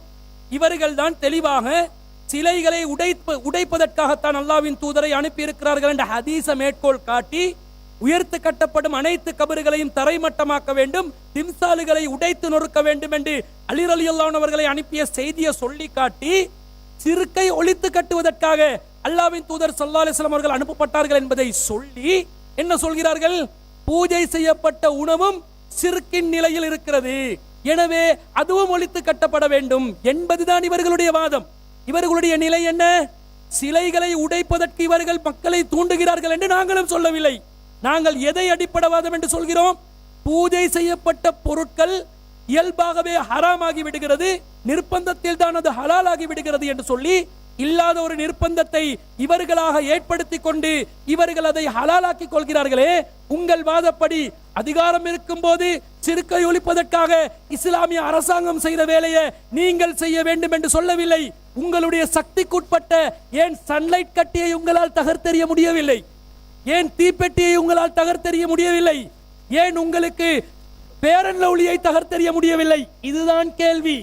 இந்த கேள்வி விளங்காம இவங்க சிலைகளை உடைப்பதை ஆதரிப்பவர்கள் என்று நாங்கள் சொன்ன மாதிரி ஒரு கருத்தை பதிவு செய்கிறார்கள். இந்த அடிப்படைவாதத்தை நீங்கள் 1000ஐயும் ஹராம் என்கிறீர்கள், அவர்கள் உள்ளதில் நஸ்ஸை வைத்து ஹராம் என்கிறார்கள். எனவே நீங்கள் சொல்லும் இயல்புக்கு மாற்றமான இந்த கொள்கை அடிப்படைவாதத்தை விட்டு, இன்னமல் முஸ்ரிகூன நஜசுன், முஸ்ரிக்கீன்கள் என்பவர்கள் அவர்கள் 9:28 வாதத்தை வைக்கிறாங்க. நஜீஸ்தானவர்கள் கொடுப்பதை நீங்கள் எப்படி ஏற்பீர்கள்? என்ன சொல்கிறார்கள்? தெளிவாக கிளிப்பிங்கை போட்டு காட்டினேன். தீப்பெட்டி வாங்குவது கூட ஹராம், கூடாதுதான் என்று சகோதரர் கபீர் அவர்கள் சொல்ல, சில்மி அவர்கள் நாங்க அப்படி சொன்னோமா? ஏன் சொல்றதை நீங்க பார்க்க மாட்டீங்க? பார்க்காம முரண்பட்டு பேசுவீர்கள். இதை முதலாவதாக பதிவு செய்து கொள்கிறோம். இரண்டாவது விஷயம் என்ன? அவர்கள் அப்துல் ராசிக் அவர்கள் இனவாதத்தை தூண்டினாரா இல்லையா? சர்ச்சை ஆவித்தா இல்லையா? மினிமஸ் என்றாரா இல்லையா? சகோதரர் காத்தாங்குடி கபீர் அவர்களே, நான் சிங்களத்தில் பேசின முஸ்லிம் உரிமைய ரககணிமு என்ற தலைப்பிலான அந்த வீடியோவில் நான் 13-14 விஷயங்களை பேசுகிறேன். என்ன பேசினேன் என்று உங்களால் சொல்ல முடியுமா? உங்களுக்கு சிங்களம் தெரியுமா? நான் பேசிய வாதங்கள் ஆதாரங்கள் என்னவென்பதை உங்களால் இந்த சபையிலே எடுத்துரைக்க முடியுமா? முஸ்லிம் அல்லாதவர்கள் இஸ்லாத்துக்கு எதிராக வைத்த அடிப்படையற்ற வாதங்களுக்கு சொல்லப்பட்ட பதில் அனைவரும் கூனி குறுகிய நேரத்தில் சமூக ரீதியாக பல அமைப்புகளோடு சேர்ந்து கைகோர்த்து கொண்டு அதற்காக பதில் சொல்வதற்காக பிரஸ் மீட்டிங் நடத்துவோம் என்று தீர்மானம் எடுத்தும் பலரும் கை நழுவி விட்டு, பலரும் நம்மளை கை கழுவி விட்டு சென்ற நேரத்தில் நம் ஜமாத்தில் மாத்திரம்தான், அந்த நேரத்தில் SLTG-யாக கடமை புரிந்த நம் ஜமாத் மாத்திரம்தான் இதற்காக குரல் எழுப்ப வேண்டும் என்று வந்து அவர்கள் வைத்த அனைத்து விதமான அவதூறுகளுக்கும் பதில் சொல்லப்பட்டது. அல்லாவை பன்றி என்றார்கள், அல்லாவுக்கு இஸ்லாமிய முஸ்லிம் பள்ளிவாசல்களை ஜிஹாத் பங்கர்கள் என்றார்கள். ஏன் அதற்கு பதில் சொல்லக்கூடாதா? நீங்கள் பதில் சொன்னீர்களா? அந்த பகுதியில் யாராவது பதில் சொன்னார்களா? இல்லை. அப்ப சிங்கள மொழியில் அந்த மக்களுக்கு புரியும் விதத்தில் இஸ்லாம் அப்படிப்பட்ட ஒரு மார்க்கம் அல்ல என்பதை சொன்னதுதான் அந்த பதிவு. இனவாதத்தை தூண்டுவதற்காக அல்ல. இனவாதிகள் அடிப்படையை புரியாமல் வழக்கு தாக்குதல் செய்வார்கள் என்றா அதை நீங்களும் ஆதரிக்கிறீர்களா? இதுதான் உங்களுடைய இறையச்சமா? என்ன என்று தெரியவில்லை பேசுகிறார்கள். அதுக்கு நான் சிறை சென்றேனாம். எங்க சிறை சென்றேன்? உங்களால் காட்ட முடியுமா? சிறை சென்றேன், இந்த சமூகத்துக்காக நான் சிறை சென்றேன் தான். எதற்காக சென்றேன்? அல்லாவுக்கு லப்பை இருக்கிறதா என்று ஒருவன் கேட்கிறான். அதற்கு பதில் சொல்வதற்கு ஒரு திராணியற்ற நிலையில் இந்த சமூகம் தலை குனிந்து கூனி குறுகி கொண்டிருக்கக்கூடிய நேரத்தில் இதை கேட்பதற்கு நீ யாரடா என்று கேட்பது இனவாதத்தை தூண்டுவதா? இந்த இஸ்லாம் சமூகத்தின் உள்ள இஸ்ஸத்தை காப்பாற்றுவதற்காக, இறைவன் மீதுள்ள பாசத்தை வெளிப்படுத்துவதற்காக பேசின பேத்தா. வல்லதீன ஆமனு அஷத்த ஹுப்பன் லில்லாஹ், அல்லாஹ்வை நம்புபவர்கள் கடுமையாக அல்லாஹ்வை நேசிப்பார்கள். இதற்காக பேசினது களி திண்டோமாம், தின்னுவோம். அல்லாஹ்வுக்காக களி அல்ல, அல்லாஹ் மண்ணை சாப்பிட சொன்னாலும் அதை சாப்பிடுவதற்கு தயாரான, அல்லாஹ்வை நேசிக்கக்கூடிய அடியார்களாக செய்வோம். செய்வதற்கு துப்பு இல்லை, பெரும்பான்மை மொழியில் பேசுவதற்கு தைரியம் இல்லை, விமர்சனங்களுக்கு பதில் சொல்வதற்கு திராணி இல்லை. பேசுபவர்களை இப்படித்தான் நீங்கள் சொல்வீர்களா? இதுதான் உங்களுடைய நிஃபாக்குத்தனமா?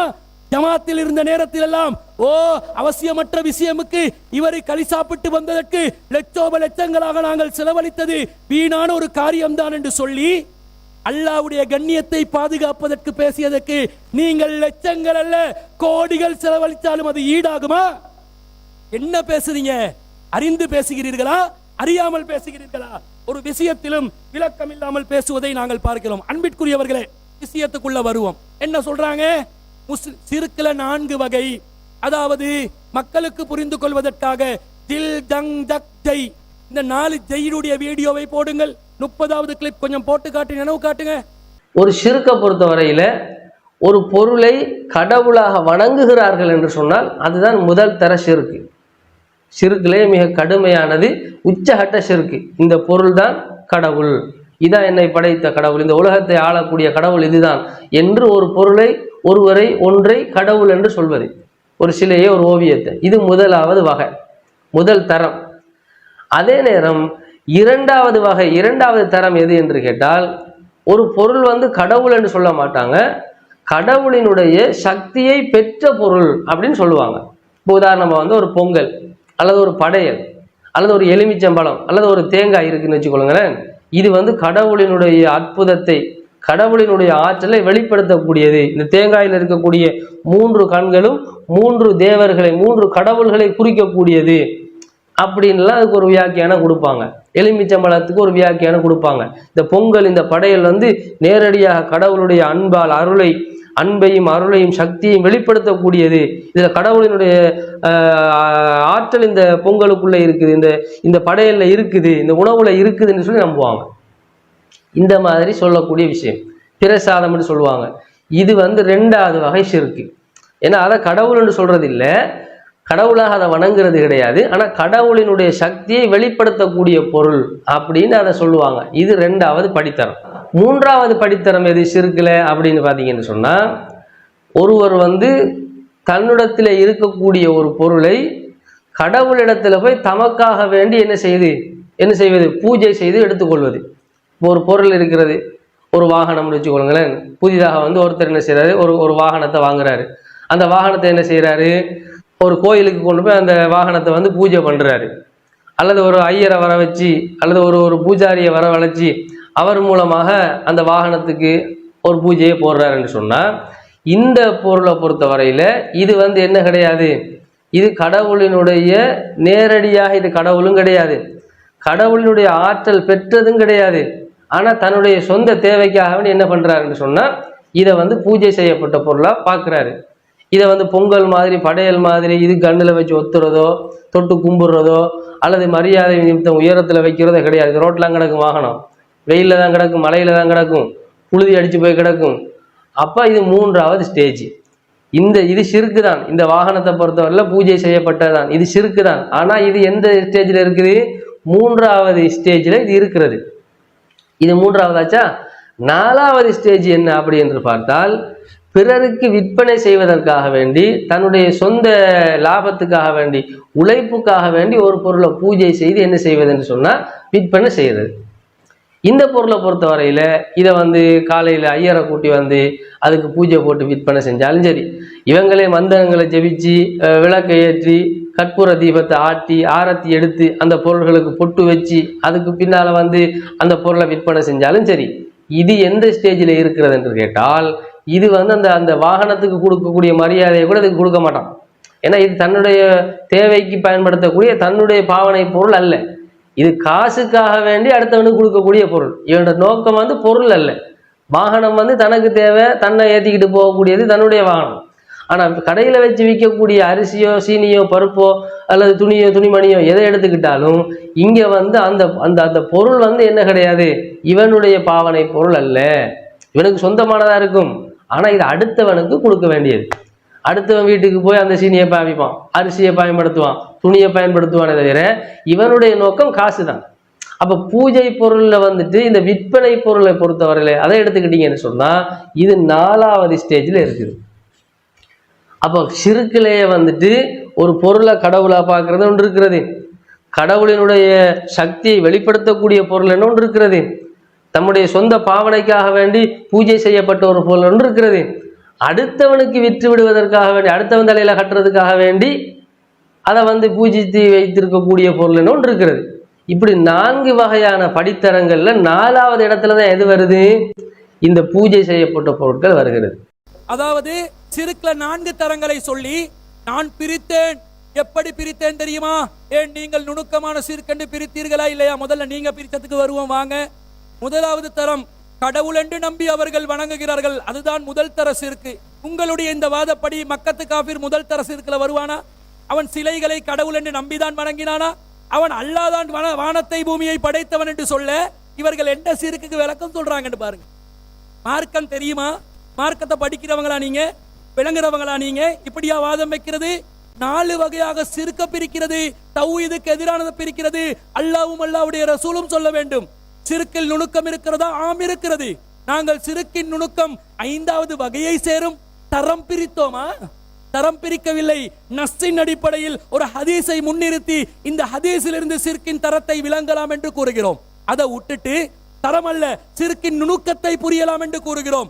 அதை விட்டுட்டு அது 1க்கு போடுங்க, இதை 2க்கு போடுங்க, இதை 3க்கு போடுங்க, இது 4க்கு போடுங்க, 4 லெவலா பிரிக்கிறீங்களே. இந்த 4 லெவலை பிரிக்கிற கிரேட் பண்ற அதிகாரத்தை யார் தந்தா? நுணுக்கம் சிறுக்குல நுணுக்கமாகவும் சிறுக் நிகழலாம் என்று ஒரு யூத பாதிரியாருடைய செய்தியை மேற்கோள் காட்டி நாங்கள் சொன்னதில் அந்த நஸ்ஸை வைத்து நாங்கள் புரிந்து கொள்வதற்கு வாய்ப்பு இருக்குதா இல்லையா? நீங்கள் சொல்வதை போன்று இட்டுக்கட்டி சொன்னோமா? பமன் அலலமு மிம்மன் இஃப்தரா அலல்லாஹில் கதிப, அல்லாஹ்வின் மீது பொய்யை இட்டு கட்டுபவனை விட மிகப்பெரிய அநியாயக்காரன் யார் என்று அல்லாஹ் கேட்கிறான். இவர்கள் அல்லாஹ்வின் மீது இட்டு கட்டக்கூடியவர்கள் என்று நாங்கள் தெளிவாக பதிவு செய்து கொள்கிறோம். அது மாத்திரமல்ல, அந்த முதலாவது கிளிப்பை போடுங்க. அதாவது இந்த திரையிலே காண்பிக்கப்படக்கூடிய கடவுள்களினுடைய சிலைகள் பிற மதங்களிலே மதிக்கப்படக்கூடிய வணங்கப்படக்கூடிய கடவுள் சிலைகளாக இருக்கலாம், அல்லது வந்து சிலுவை வடிவமாக இருக்கலாம். இவை எதுவுமே வந்து உண்மையிலே சிலைகள் கிடையாது. இவை ஒவ்வொன்றும் உணவுப் பொருள்கள். கிரீம் கேக்காக இருக்கலாம், அல்லது வந்து லொலிபப்பாக இருக்கலாம், சாக்லேட்டாக இருக்கலாம். இது போன்ற பொருள்களைத்தான் என்ன செய்கிறார்கள் என்று சொன்னால் இந்த கடவுள் உருவத்திலே என்ன செய்திருக்கிறார்கள், வடிவமைத்திருக்கிறார்கள். எனவேதான் இவற்றை நாங்கள் சாப்பிடுவது ஹலாலா ஹராமா என்பதைத்தான் நீங்கள் இந்த இடத்துல மிக முக்கியமாக கவனிக்க வேண்டும். காரணம் என்னவென்று சொன்னால் இப்பொழுது அல்லாஹ் அல்லாதவர்களுக்காக வேண்டி பேர் கூறப்பட்டது நமக்கு ஹராம். அது மாமிச உணவாக இருந்தாலும் சரி, தாவர உணவாக இருந்தாலும் சரி, அது நமக்கு ஹராம் என்று நாங்கள் கூறுகிறோம். இஸ்லாத்தினுடைய அடிப்படை என்னவென்று சொன்னால் எந்த ஒரு உணவு ஷிர்கான கோட்பாட்டின் அடிப்படையில் அது தயாரிக்கப்பட்டிருக்கிறதோ அது ஹராமான உணவு. அதிலே வந்து அல்லாஹ் அல்லாஹ்வுடைய பேரை கூறினாலும் சரி, அல்லாஹ் அல்லாதவர்களுக்காக வேண்டி இது தயாரிக்கப்படுகிறது என்கிற நியத்தின் அடிப்படையில், எண்ணத்தின் அடிப்படையில், அது அந்த நம்பிக்கையின் அடிப்படையில் தயாரிக்கப்பட்டாலும் சரி, அந்த வடிவத்திலே அது தயாரிக்கப்பட்டாலும் சரி, அவர்களினுடைய ஷிர்கை வெளிப்படுத்தக்கூடிய வகையில் ஒரு உணவு தயாரிக்கப்படும் என்றால் அது ஹராம் என்று நாங்கள் சொல்கிறோம். எனவே கொள்கையின் அடிப்படையில் ஹராமாக்கப்பட்ட விஷயங்களை இஸ்லாம் நமக்கு என்ன செய்கிறது, அதிலிருந்து விலகி கொள்ளுங்கள், தவிர்த்து கொள்ளுங்கள் என்று சொல்கிறது. இதற்கு ஆதாரமாகத்தான் திருமறை குர்ஆனுடைய ஒரு வசனத்தை நாங்கள் மேற்கோள் காட்டுகிறோம். அப்ப கடவுள் வடிவத்திலே இருக்கக்கூடிய உணவுகள் ஹராம். எப்படி ஹராம்? நேரடி ஆதாரத்தை காட்டுங்கள். ஆதாரம் இல்லாமல் அது சிறுக்கு செய்வது ஹராமுங்க. உணவு ஹராம் என்று எதை வைத்து சொன்னீர்கள்? இன்கிரீடியன்ட்டை வச்சு சொன்னீங்களா? எதை அல்லாஹ் சொன்ன நஸ்ஸை வைத்து சொன்னீர்களா? எதை வச்சு சொன்னீங்க? உடனடியாக இதுக்கெல்லாம் ஆதாரம் இல்லை, பேசிட்டோம், ஏதோ பேச நான் நினைத்தேன்.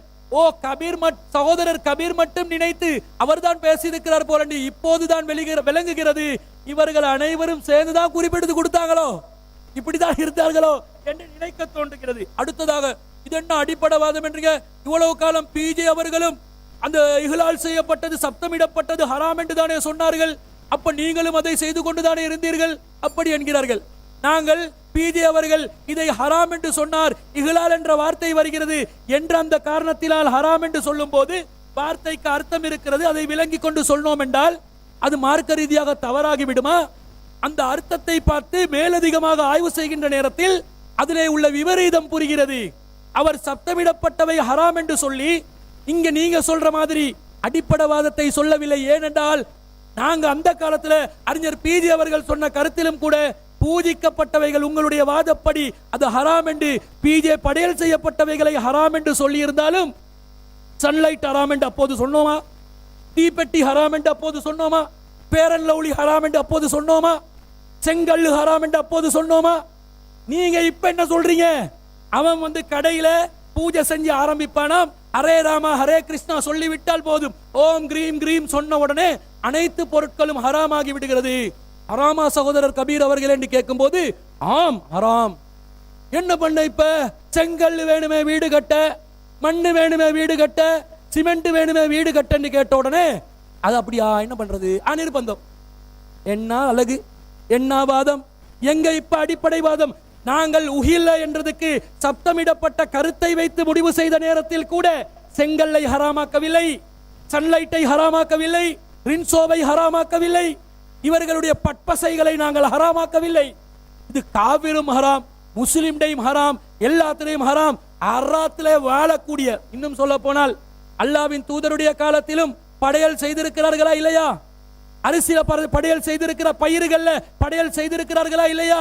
அந்த படையல் செய்த உணவுகளை அல்லாவின் தூதரும் தனக்கு நிர்பந்தத்தில் ஹலாலாக்கியதை போன்ற ஒரு தோற்றத்தை காட்டுகிறீர்களே, நீங்கள் அல்லாவின் தூதருக்கும் மார்க்கம் சொல்லிக் கொடுப்பதற்கு வந்து விட்டீர்களா? நீங்கள் அல்லாவுக்கும் மார்க்கம் சொல்லிக் கொடுப்பதற்கு வந்து விட்டீர்களா?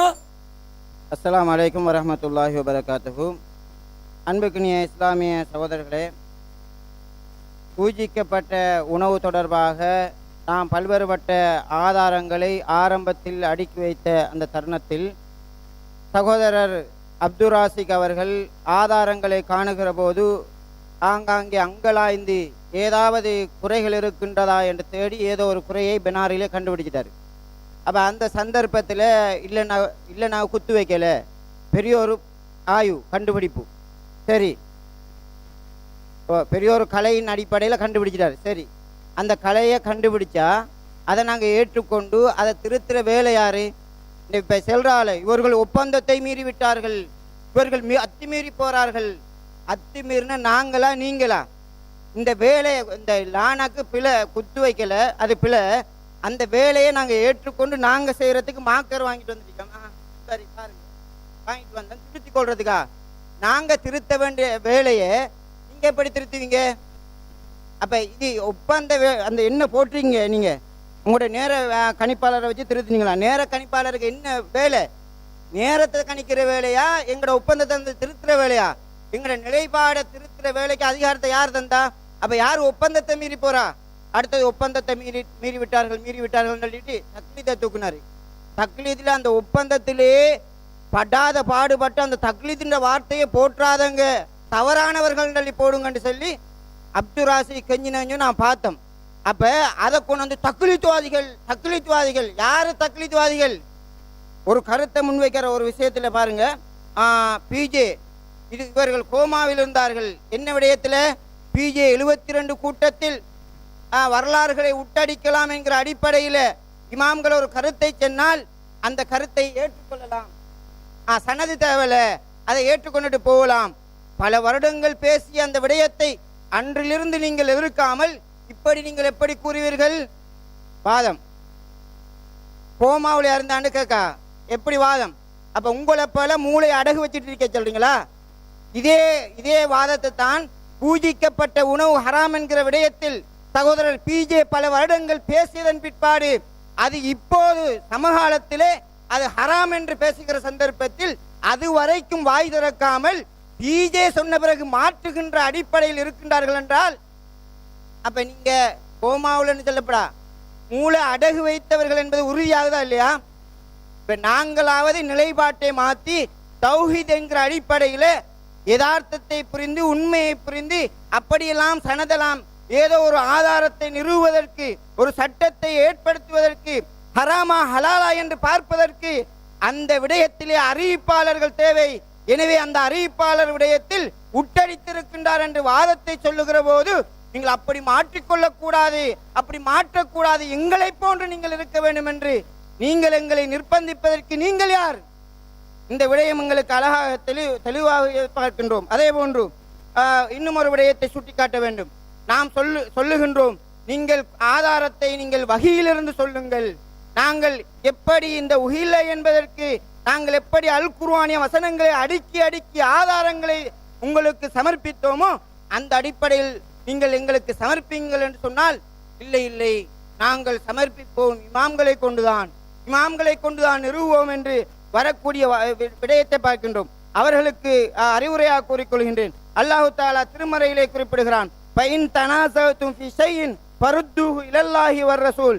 நீங்கள் மார்க்கத்திலே ஏதாவது ஒரு விஷயத்தில் கருத்து முரண்பட்டால் நீங்கள் அல்லாஹ்வின் பக்கமும் தூதரின் பக்கமும் திரும்பி செல்லுங்கள். ஆதாரம் அல்லாட்ட போங்க, அல்லாஹ்வின் தூதருடைய வழியில் இருந்தெடுங்க. அல்லாஹ் தஆலா இன்னும் ஒரு இடத்துல குறிப்பிடுகிறான், வமஹ்தலஃப்தும் ஃபீஹி மின் ஷைஇன் ஃபஹுக்முஹு இலல்லாஹ். நீங்கள் எந்த விஷயத்தில் வேறுபட்டாலும் அதற்கு தீர்ப்பை நீங்கள் அல்லாஹ்விடத்திலே இருக்கிறது. ஆனால் அல்லாஹ்விடத்தில் இல்லை. எங்க இருக்கு? இமாம்களிடத்திலாம் இருக்கு. எப்படிப்பட்ட ஒரு பச்சை வழிகட்டின் பக்கம் இவர்கள் அழைத்து செல்கின்றார்கள் என்கின்ற விடயத்தை நாம் பார்க்கின்றோம். அதே போன்று இவர்கள் இந்த நிலைப்பாட்டில் எந்த அளவுக்கு சீர்குலைந்திருக்கான்னு சொன்னா, இந்த ஒப்பந்த மீறல் ஒருத்தர் அடிக்கடி பேசுவார். மட இமாம்டே நாம வச்சுக்குவோம் என்றா நம்மள அவரை மடத்தனம் சொன்னதுக்காக ரூஹுல் ரஸ்மி அவர்கள் அடிக்கடி சொல்லக்கூடிய ஒரு வார்த்தை. அப்ப யாரு ஒப்பந்தத்தை மீறி நடக்க? ஒப்பந்தத்தில் என்ன போட்டிருக்கீங்க? 13வது தலைப்பிட்டு 4வது விஷயத்துல மற்றவர்களை அவமதிக்க அல்லது இகழும் சொற்களை பயன்படுத்தாமல் மரியாதையுடன் பேச வேண்டும் என்று கூறிவிட்டு ஒப்பந்தம் செஞ்சத்திலிருந்து விவாதத்தை ஆரம்பிச்ச அந்த சந்தர்ப்பத்தில் கூட மடத்தனம். அப்ப யாரு ஒப்பந்தத்தை மீறா? ஒப்பந்தத்தை மீறி எந்தவித வாதமும் இல்லாம இவர்களிடத்தில் என்ன குறை இருக்கின்றது என்று நம்முடைய கதிரை கீழே எட்டியும் பாப்பா. அந்த அளவுக்கு தான் இவர்களுடைய நிலைமை மாறிக்கொண்டிருக்கின்றது. எனவே நீங்கள் விவாத ஒப்பந்தத்தை மீறுகிறீர்கள். அதே போன்று மார்க்கத்தின் அடிப்படையில் வகையின் அடிப்படையில் எந்த ஆதாரத்தையும் நீங்கள் முன்வைக்கவில்லை என்கிற விடயத்தையும் இந்த சந்தர்ப்பத்திலே கூறிக்கொள்கின்றேன். இன்னொரு விஷயம் இருக்கின்றன்னு சொன்னா, நம்மளை சம்பந்தப்படுத்தி, அதாவது இவர்கள் பேச்சுவார்த்தைக்கு நம்மளுக்கு நேரம் தந்த சம்பந்தமா கடிதமா வாய்ச்சாக நம்ம ஒரு நிர்வாகம் எல்லாரும் சேர்ந்து இருக்காக. அப்ப நிர்வாக ரீதியை அணுகி இந்த மாதிரி நம்ம கருத்தை சொல்லுவோம். அல்லாஹ் தஆலா திருமறையில குறிப்பிடுகின்ற போது, வதஆவனு அலல் பிர்ரி வத்தக்வா வலா தஆவனு பில் இஸ்மி வல் உத்வான். நன்மையிலும் இறையச்சத்திலும் ஒருவருக்கொருவர் உதவியாக இருக்க வேண்டும். வரம்பு மீறுதலிலும் தீமையிலும் ஒருவருக்கொருவர் உதவியாளர்களாக இருக்கக்கூடாது. எனவே இந்த பூஜிக்கப்பட்ட இந்த விடயத்தில் இவர்கள் வழிகட்டின் பக்கம் மக்களை அழைத்து செல்கின்றார்கள் என்கிற ஒரு காரணத்தின் அடிப்படையிலே இவர்களோடு நன்மையான காரியத்தில் நாம் பயணித்தோம் என்பதற்காக அழகிய முறையில் நாம் நிர்வாக முறையாக அணுகுகிற போது நாம் நிர்வாகத்தை கொச்சைப்படுத்துகின்ற விதத்திலே, ஒரு அதிகாரம் செலுத்தக்கூடிய விதத்திலே சகோதரர் அப்துல் ராசிக் நடக்கக்கூடிய விடயத்தை பார்க்கின்றோம். இவருடைய விடயம் தொடர்பாக ஏராளமான விடயங்கள் இருக்கிற. எந்த அளவுக்குன்னு சொன்னா, இந்த விவாதத்துல யாருமே கலந்து கொண்டாங்க, அவரை உற்றாதங்க, அவரை பேச வச்சுறாங்க, இப்படி கெஞ்சினாக்கள் நிர்வாகத்தில் இருக்கா. இந்த தரப்புல நம்ம சத்தியத்தை நிலைநாட்டுவதற்காக, இந்த கருத்தை நிலைநாட்டுவதற்காக இவர்கள் வரப்போகின்றார்கள் என்பதற்காக தடுத்தவர்கள் தொழிலில் சுல்தானாக இருந்து கொண்டு தேனில் செய்தானாக இருக்கக்கூடிய காரியத்தை நாங்கள் பார்க்கின்றோம். அது மாத்திரம் கிடையாது, இவரை பற்றி இவர் தன்னிச்சையாக தனி ஒரு தவறான வழியில் செல்லக்கூடியவர். எனவே அங்கிருந்து இறக்குமதி வந்துட்டா அப்படி அவர் பறைசாற்றக்கூடிய விதத்திலே இருக்கிறார். எனவே இவரை கட்டுப்படுத்த வேண்டும், இவர் நிர்வாகத்தை சரியாக செய்வதற்கு தடையாக இருக்கின்றார் என்று அவரை சார்ந்தவர்கள் சொன்ன வரலாறுகளும் இருக்கிறது. எனவே இது தொடர்பாக நீங்கள் சுய பரிசோதனை செய்து கொள்ள வேண்டும், அல்லாஹை பயந்து கொள்ள வேண்டும். சத்தியத்தை அறிவதில் நீங்கள் யாருக்கும் உங்களுடைய மூளையை அடகு வைக்காமல் அல்லாஹுக்கு பயந்து சிந்தித்து செயற்பட்டு சத்தியத்தின் பக்கம் வர வேண்டும் என்ற கருத்தை கூறி சகோதரர் கபீர் அவர்களுக்கு வாய்ப்பை அளிக்கின்றேன். அன்புள்ள சகோதரர்களே, ஒரு நேர்மையான ஒரு பிரச்சாரகர், நான் எல்லா விஷயத்திலையும் கரெக்டாக தான் நடந்திருக்கிறேன், அதனால் உங்களுக்கு சிங்களத்தில் அதுக்குரிய விளக்கம் தர முடியுமா? கோடி லட்சம் இல்லை கோடி செலவழித்தாலும் அது தகும் என்றெல்லாம் சொல்கிறீங்கல்ல. உங்களை அந்த மாதிரி ஒரு பிற மதத்தினுடைய மத குருவை வரம்பு மீறி பேசுங்கள் என்று நாங்கள் சொன்னோமா? இப்போ உங்களை அந்த நேரத்தில் நாங்கள் அனுமதி தந்தோமா? அதில் நீங்கள் மன உச்சப்படி பேசுனீங்களா? அப்போ நீங்கள் உங்கள் இஷ்டத்துக்கு கொண்டு செஞ்சு போட்டு அந்த நேரத்தில் அதுக்கு நீங்கள் இப்படி ஒரு விஷயம் செய்கிறீங்கன்னு சொன்னால் இப்போ எப்படி நியாயப்படுத்துகிறாங்க? அது கோடியும் செலவழிக்கலாம், அப்போ நாங்கள் இன்னும் பேசுவேங்கிறாரு. அதான் அர்த்தம். என்னங்க கொண்டு போகிறீங்க நீங்கள்? அடுத்த விஷயம் என்னென்னு சொன்னால் இன்னொரு விஷயம் இருக்குது. இவர்கள் தாய்களுக்கு மத்தியில் நாங்கள் இஃப்திலாப், அதாவது கருத்து வேறுபாட்டுடைய வாசலை திறந்து வச்சிருக்கிறோம், எங்களுக்குள்ள கருத்து வேறுபாடு இருக்கலாங்கிறாரு. கருத்து வேறுபாடு இருக்கலாம்னு நீங்கள் சொல்கிறீங்கன்னா உங்களுக்கும் பிஜேக்கு மத்தியில் கருத்து வேறுபாடு இருக்குது. அதுதான் கேள்வி. பிஜே மறுக்காத ஒரு ஹதீஸ் நீங்கள் மறுத்திருக்கீங்களா? அல்லது பிஜே மறுத்த ஹதீஸ் ஒன்று லைவ்ல பிஜே எப்படி மறுத்துக்கிறாரு, இது பலவீனுடைய அப்துல் ராசிக் சொல்லிருக்கிறாரா? மற்றவங்க சொல்லுவாங்க, நீங்கள் ஏன் சொல்லலை? இதான் தக்லீதுங்கிறது, வடிகட்டின தக்லீது. அண்மையில் ஒரு பெரும் பொய் ஒன்று சொன்னார். என்ன பொய் சொன்னாருன்னு சொன்னால், ஒருத்தர் கேட்குறாரு, பிஜே மறுக்காத ஹதீஸ் நீங்கள் மறுத்திருக்கீங்கன்னு கேட்குறாரு. ஆமாம், கற்கது என்று சொல்லக்கூடிய மரம் சம்பந்தப்பட்ட ஹதீஸை நான் மறுத்திருக்கிறேன், 10 வருஷத்துக்கு முன்னாலே நான் மறுத்திருக்கிறேன், பிஜே இப்போ தான் மறுத்திருக்கிறாரு அப்படின்னு சொல்கிறாரு. பிஜே விடத்தில் ஒரு விவாதம், அதாவது இதுக்கு முதல்ல ஃபர்சான் தரப்பினரோடு நடைபெற்ற ஒரு விவாதத்தில் இந்த மாதிரி பள்ளி ஹதீஸை நாங்கள் மறுக்கலாமா அப்படிங்கிற விஷயத்தை பேசுகிற நேரத்தில் பள்ளி ஹதீஸ் மாதிரி தானே கற்கது ஹதீஸும் வருது. கற்கது மரம் அல்லாவுக்கு கட்டுப்படாம யகூதிகளுக்கு உதவி செய்யும் வருது, பள்ளி அல்லாவுக்கு கட்டுப்படாம இப்ராஹிம் நபிக்கு உதவி செய்துன்னு வருது, ரெண்டும் மறுக்கப்பட வேண்டியதுதான் அப்படிங்கிற விஷயம் வந்த உடனே அங்க வச்சு முடிவெடுக்கப்படுது. இந்த கற்கது ஹதீஸை நாங்கள் மறுக்கணும், விவாதத்தில் நீங்க சொல்லிருங்க. அதுக்கு இவர் என்ன செய்வார் தெரியுமா? கற்கது மரமாக இருந்தாலும் கற்கது மரமாக இருந்தாலும்னு அந்த 2 வார்த்தையை எடுத்து விடுவார். என்னையா இப்ப அதை மறுத்துட்டாராம். இதுக்கு சாட்சி இருக்குது. அந்த ஆய்வு கூட்டத்தில் கலந்து கொண்டவர்கள் நாங்கள் அல்லாஹ் மீது சத்தியமிட்டு சொல்கிறோம், பிஜே விடத்தில் மஷூரா செய்து விட்டு தலைமை மறுத்தீர்கள். இல்லை, பிஜேவுக்கு சொல்லாமல் நாங்களே ஆய்வு செஞ்சதை மறுத்தோம் என்று சொல்லி நீங்க அல்லாஹ்வை முன்னிறுத்தி இந்த சபையில் சத்தியம் செய்ய தயாரா? சத்தியம் பண்ணி காட்டுங்க. அடுத்து என்ன தெரியுமா? இந்த மானா விஷயத்துல நாங்க என்ன செய்வோம், அதாவது கருத்து சொல்ற விஷயத்துல அரபிகள் என்ன சொன்னாலும் எடுத்துக்குவோம் அப்படிங்கிறாங்க. தப்சீர் சொன்னாதான் எடுத்துக்க மாட்டேங்கிறாங்க. சரி, கருத்து விஷயத்துல இமாம்கள் எந்த அளவுக்கு விளையாடிக்கிறாங்க பாருங்க. தாஹான்னு குர்ஆன்ல வருது இல்ல, தே ஹே, இந்த 2 எழுத்து வருது. இதுக்கு விளக்கம் சொல்றாங்க பாருங்க. இது தப்சீர் குர்துபியில வருது. காலஹு தாஹா இஹ்தலஃபல் உலமாஉ ஃபீ மஅனாஹு. அதனுடைய கருத்திலே உலமாக்கள் கருத்து வேறுபாடு கொண்டார்கள். தாகாங்கிற சொல்லுக்கு கருத்து இருக்குதா? முதல்ல அதுல போய் கருத்து வேறுபாடு கொண்டாங்கன்னு சொல்றாங்க. அப்ப எந்த அளவுக்கு அவர்கள் விளையாடிக்கிறாங்க விளங்குது அவங்களுக்கு. அதே மாதிரி இப்னு அப்பாஸ் சொன்னதா வருது. அதே இதுல மஅனாஹு யா ரஜுல், தாகாங்கிறதுக்கு அர்த்தம் என்ன தெரியுமா? மனிதனே. ஹசன் சொன்னாரா மஅனாஹு யா ரஜுல், அதனுடைய அர்த்தம் என்ன தெரியுமா? மனிதனே. அது மட்டும் இல்லாம சாதுன்னு ஒரு எழுத்து இருக்குது. அந்த சாது விஷயத்துல வருது பாருங்க, தபரில வருது, இஹ்தலஃப அஹ்லு தஅவீல் ஃபீ மஅனா.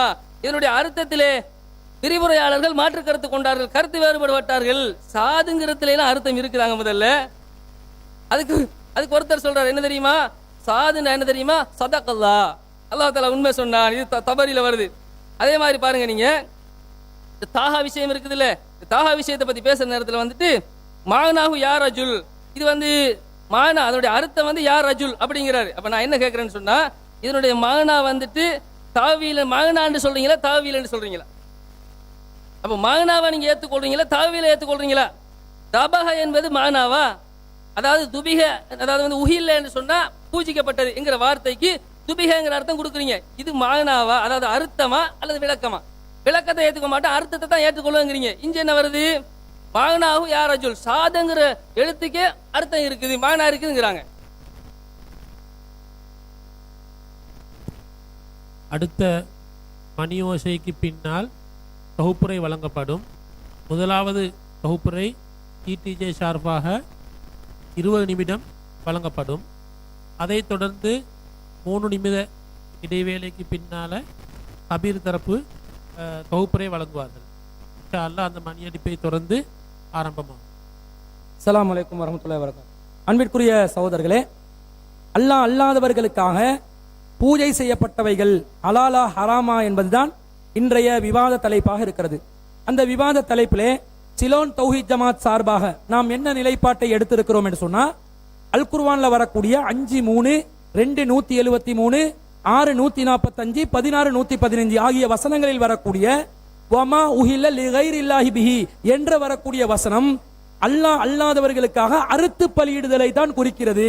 அதிலே பயன்படுத்தப்பட்ட வமா உஹில்ல என்பது அறுத்தலை தான் குறிக்கிறதே தவிர அது பொதுவாக சப்தமிடப்பட்டவை என்பதை குறிக்கவில்லை.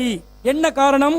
சப்தமிடப்பட்டவை என்பது அந்த வார்த்தைக்குரிய அகராதி அர்த்தத்தில் இருந்தாலும், அந்த வார்த்தை அசலான அர்த்தமாக இருந்தாலும், அந்த வார்த்தையின் அசலான அர்த்தத்தை வைத்து நாங்கள் சப்தமிடுதல் என்று மொழிபெயர்த்து வசனத்தை புரிய சென்றோம் என்று சொன்னால் ஒரு விபரீதமான கருத்து ஏற்படுகிறது. என்ன விபரீதமான கருத்து? அல்லாஹ் அல்லாதவர்களுக்காக சப்தமிடப்படக்கூடியவைகள் ஹராம் என்று சொன்னால், அல்லாஹ் அல்லாதவர்களுக்காக சப்தமிடாமல் செய்யக்கூடியவைகள் ஹலால் என்ற ஒரு விபரீதமான கருத்து வந்துவிடும். ஒருவர் மனதால் நினைத்து அல்லாஹ் அல்லாதவர்களுக்காக வேண்டி அந்த ஒரு பிராணியையோ அல்லது ஒரு பொருளையோ படையல் செய்து விட்டால் அது ஹலால் என்ற ஒரு நிலைக்கு வருவது இந்த வசனத்தின் அசலான அர்த்தத்தை மாற்றிவிட்டது. அப்படி என்று சொன்னால் இந்த வசனத்துக்கு, இந்த வார்த்தைக்கு என்ன அர்த்தம் கொடுக்கலாம்? எதிர்த்தரப்பினர் சொல்வதை போன்று படையல் செய்யப்பட்டது, பூஜை செய்யப்பட்டது என்று அர்த்தம் சொன்னால் என்ன கருத்து வருகிறது? அல்லாஹ் அல்லாதவர்களுக்காக பூஜை செய்யப்பட்டவைகள் ஹராம் என்று வருகிறது. பிராணியாக இருந்தாலும் சரி, தாவரமாக இருந்தாலும் சரி, அனைத்தும் ஹராம் என்று வருகின்ற நேரத்தில் அல்லாஹ் அல்லாதவர்களுக்காக பூஜை செய்யப்படுபவைகள் ஹராம். அந்த ஹராமானதை நாங்கள் பயன்படுத்த முடியாத நிலை வருகிறது. அதுதான் இந்த உலகத்திலே பெரும்பான்மையாக இருக்கக்கூடியவை. எல்லா இடங்களிலும் அல்லாஹ் அல்லாதவர்களுக்காக பூஜை செய்யப்பட்டவைகள் தான் இருக்கிறது. சூரியனுக்கு பூஜை செய்கிறார்கள், சந்திரனுக்கு பூஜை செய்கிறார்கள், தண்ணீருக்கு பூஜை செய்கிறார்கள், பாதைகளுக்கு பூஜை செய்கிறார்கள், மாட்டிலே பூஜை செய்கிறார்கள், மீனிலே பூஜை செய்கிறார்கள், எல்லா உணவு பண்டங்களிலும் பூஜை செய்கிறார்கள் என்று வருகின்ற நேரத்தில் முஸ்லிம் அல்லாதவர்கள் அவர்கள் பூஜை என்றதுல எதையெல்லாம் பயன்படுத்துகிறார்களோ அதை நமக்கு பயன்படுத்த முடியாத ஒரு நிலை ஏற்படுகிறது எதிர்த்தரப்பினுடைய வாதத்தின்படி. அப்ப எதிர்த்தரப்பினர் படைக்கப்படுதல் என்ற அர்த்தத்திலே அல்லாஹ் அல்லாதவர்களுக்கு பூஜை செய்யப்பட்டவைகள் தான் ஹராம் என்று சொல்லக்கூடிய கருத்து நடைமுறை சாத்தியமில்லாத, அல்லாஹ் ஹலாலாக்கியதை ஹராமாக்குகின்ற, அல்லாஹ்வின் அதிகாரத்தை நம்முடைய கையில் எடுக்கின்ற ஒரு மிகப்பெரிய பாவமான காரியமாக மாறிவிடுகிறது என்பதனால் படையல் என்ற கருத்தையும் கொடுக்க முடியாது. அப்ப இயற்கையாகவே எதிர்த்தரப்பினரும் நாமும் ஒரு மூன்றாவது கருத்துக்கு வர வேண்டும். அதுதான் அறுத்து பலியிடுதல். அறுத்து பலியிடுதல் என்று வந்தால் அது அல்லாஹ் அல்லாதவர்களுக்காக பிராணிகள் மீது அல்லாஹ் அல்லாதவர்களின் பெயரை சொல்லி அறுத்து பலியிடுதலை தான் குறிக்கிறது. எனவே இது பிராணிகளை தான் குறிக்கும், மாமிசங்களை தான் குறிக்குமே தவிர மாமிசம் அல்லாத, பிராணி அல்லாத எந்த உணவையும் குறிக்காது என்பதிலிருந்து வமா உஹில்ல என்பது அல்லாஹ் அல்லாதவர்களுடைய பேரில் சப்தமிடப்படுபவைகள் அல்ல, அல்லாஹ் அல்லாதவர்களுக்கு பூஜை செய்யப்படுபவைகள் அல்ல, அல்லாஹ் அல்லாதவர்களுக்காக அறுத்தல் என்ற அந்த காரியத்தில் ஈடுபட்டதாகத்தான் வருகிறது என்ற கருத்துக்கு இயற்கையாகவே வந்து விடுகிறது. ஆனால் என்ன நாங்கள் ஆதாரம் காட்டினோம்? அந்த காலத்தில் உள்ள மொழி வல்லுநர்கள் இதை எந்த அர்த்தத்தில் பயன்படுத்தினார்கள்? மொழி வல்லுநர்கள் தெளிவாக இதை எந்த ஒரு முஃபஸ்ஸிரீன்கள் மத்தியிலே ஏகமனதான முடிவுடன் இது தெளிவாக இஹ்லால் என்பது, உஹில்ல என்பது அறுத்து பலியிடுதலை தான் குறிக்கிறது. அந்த காலத்தில் அதைத்தான் முஸ்லிம் அல்லாதவர்கள் செய்து வந்தார்கள் என்பதற்கு தஃசீர்களில் இருந்து மொழிக்கான ஆதாரத்தை நாங்கள் முன்வைத்தோம். மொழிக்கான ஆதாரங்களாக நாங்கள் முன்வைத்த நேரத்தில் அறிஞர்கள் இதை நாம சொல்லாமல் தஃசீருல் வசீத்திலே வரக்கூடிய அல் வாஹிதியின் கூற்றை ஆதாரமாக காட்டி இதுதான் அஜ்மாஉல் முஃபஸ்ஸிரீன்களுடைய கருத்தாக இருக்கிறது என்று ஒரு வாதத்தை வைத்தோம். அதுதான் மக்கள் அறுத்தல் என்று வருகின்ற நேரத்தில் உணவு சம்பந்தப்பட்ட விஷயத்தில் இஹ்லால் என்பது, உஹில்ல என்பது அறுத்து பலியிடுதலை தான் குறிக்கும் என்ற கருத்து மக்கத்து காபிர்கள் மத்தியிலே இருந்தது, அரபி பேசக்கூடிய மக்கள் மத்தியிலே இருந்தது. அதுதான் பெரும்பான்மை கருத்தாக இருந்தது. எனவே இந்த கருத்தில் முஃபஸ்ஸிரீன்கள் மத்தியிலே எந்த கருத்து வேறுபாடும் இல்லாத அளவுக்கு இஜ்மாவான இந்த கருத்தில், இந்த கருத்து இந்த சொல்லுக்கு உள்ள அர்த்தத்தில் இஜ்மாவான முடிவாக இருக்கிறது என்று சொன்னோம். எதிர்த்தரப்பு என்ன வாதம் வைத்தார்கள்? அது எப்படி இஜ்மாவான முடிவாக இருக்கிறது? தஃசீரு தபரியிலே இதற்கு மாற்றமான கருத்து இருக்கிறதா இல்லையா என்று 3 சான்றுகளை அவர்கள், மூணாவது சான்றுல வாதம் வைக்கவில்லை, 2 சான்றுகளை எடுத்து காட்டினார்கள். என்ன காட்டினாங்க?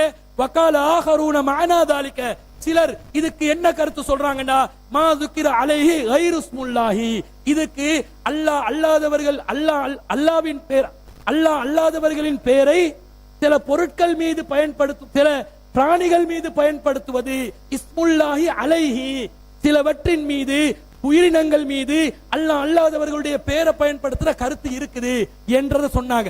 ஆனா அவர்கள் என்ன வாதம் வைத்தாங்க? அதிலே முன்னாடி சொன்ன இமாம் தபரி அவர்கள் 7 சான்றுகளை துபிக அறுத்தல் என்றதுக்கு சான்றாக வைத்து, இப்ப இந்த வெச்ச வசனத்திலே, இந்த ஹதீஸிலே அவர்கள் வெச்ச சான்று என்னென்றால், அல்லாஹ் அல்லாதவர்களுடைய பேர் சொல்வது அது எதன் மீது என்றாலும் அது எடுத்துக்கொள்ளும் என்ற ஒரு வாதத்தை வைத்தார்கள். அப்ப அவர்கள் அதுல எடுத்து வச்ச தபரிலே வரக்கூடிய 2475 2476 ஆகிய 2 ஹதீசுகளிலும் தெளிவாக இஸ்முல்லாஹி அலைஹி என்ற வார்த்தை வருகிறது.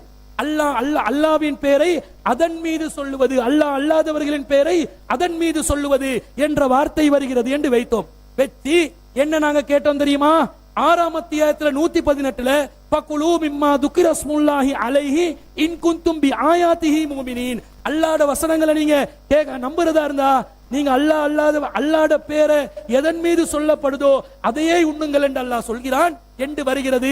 இங்கேயும் இஸ்முல்லாஹி அலைஹி என்று வருகிறது. எனவே நீங்கள் தாவரங்களை உண்ணுவதாக இருந்தால் அதன் மீதும் அல்லாஹ்வுடைய பேர் சொல்லணுமா என்று கேட்டோம். எதிர்த்தரப்புல 2 விதமாக முரண்பட்டார்கள். சகோதரர் கபீர் என்ன சொன்னார்? அது பிராணிகளைத்தான் குறிக்கும், காரணம் நபிகளாரின் நடைமுறையிலே நாங்கள் புரிந்து கொள்கிறோம். சகோதரர் சில்மி என்ன சொன்னார்? இல்ல, அது அனைத்தையும் குறிக்கும், காரணம் தஃப்சீர் தபரிலே வகால ஆகரூன் என்று வருகிறது, துபிய என்பதற்கு மாற்று கருத்தாக வருகிறது என்று சொன்னோம். அப்ப ஒரு தஃப்சீரை நீங்கள் ஆதாரமாக காட்டும் போது நாங்கள் சொல்லுக்கு, மொழிக்கு, மீனிங்குக்கு, மானாவுக்கு ஆதாரமாக காட்டுகிறோம். அவர்கள் தஃப்சீர்களை குப்பை என்று ஒரு புறம் சொல்லிக் கொண்டிருந்து அந்த தஃப்சீரிலே இமாம் தபரி அவர்கள் மாற்று கருத்து என்று துபியக்கு ஆதரவாக சில சான்றுகளை முன்வைக்கிறார்களே, அதையே ஆதாரமாக வைத்திருக்கிறார்களே, அதை நீங்கள் வாசிக்காமல் பார்க்காமல் ஏன் எடுத்து வைக்கிறோம் என்று கேட்டதுக்கு இமாம் தபரி சொல்லிவிட்டார், அது மாற்று கருத்து தான். இப்ப யாரு தஃப்சீரை கண்மூடித்தனமாக தக்லீத் செய்து பின்பற்றுபவர்கள் என்று கேள்வி கேட்டோம்.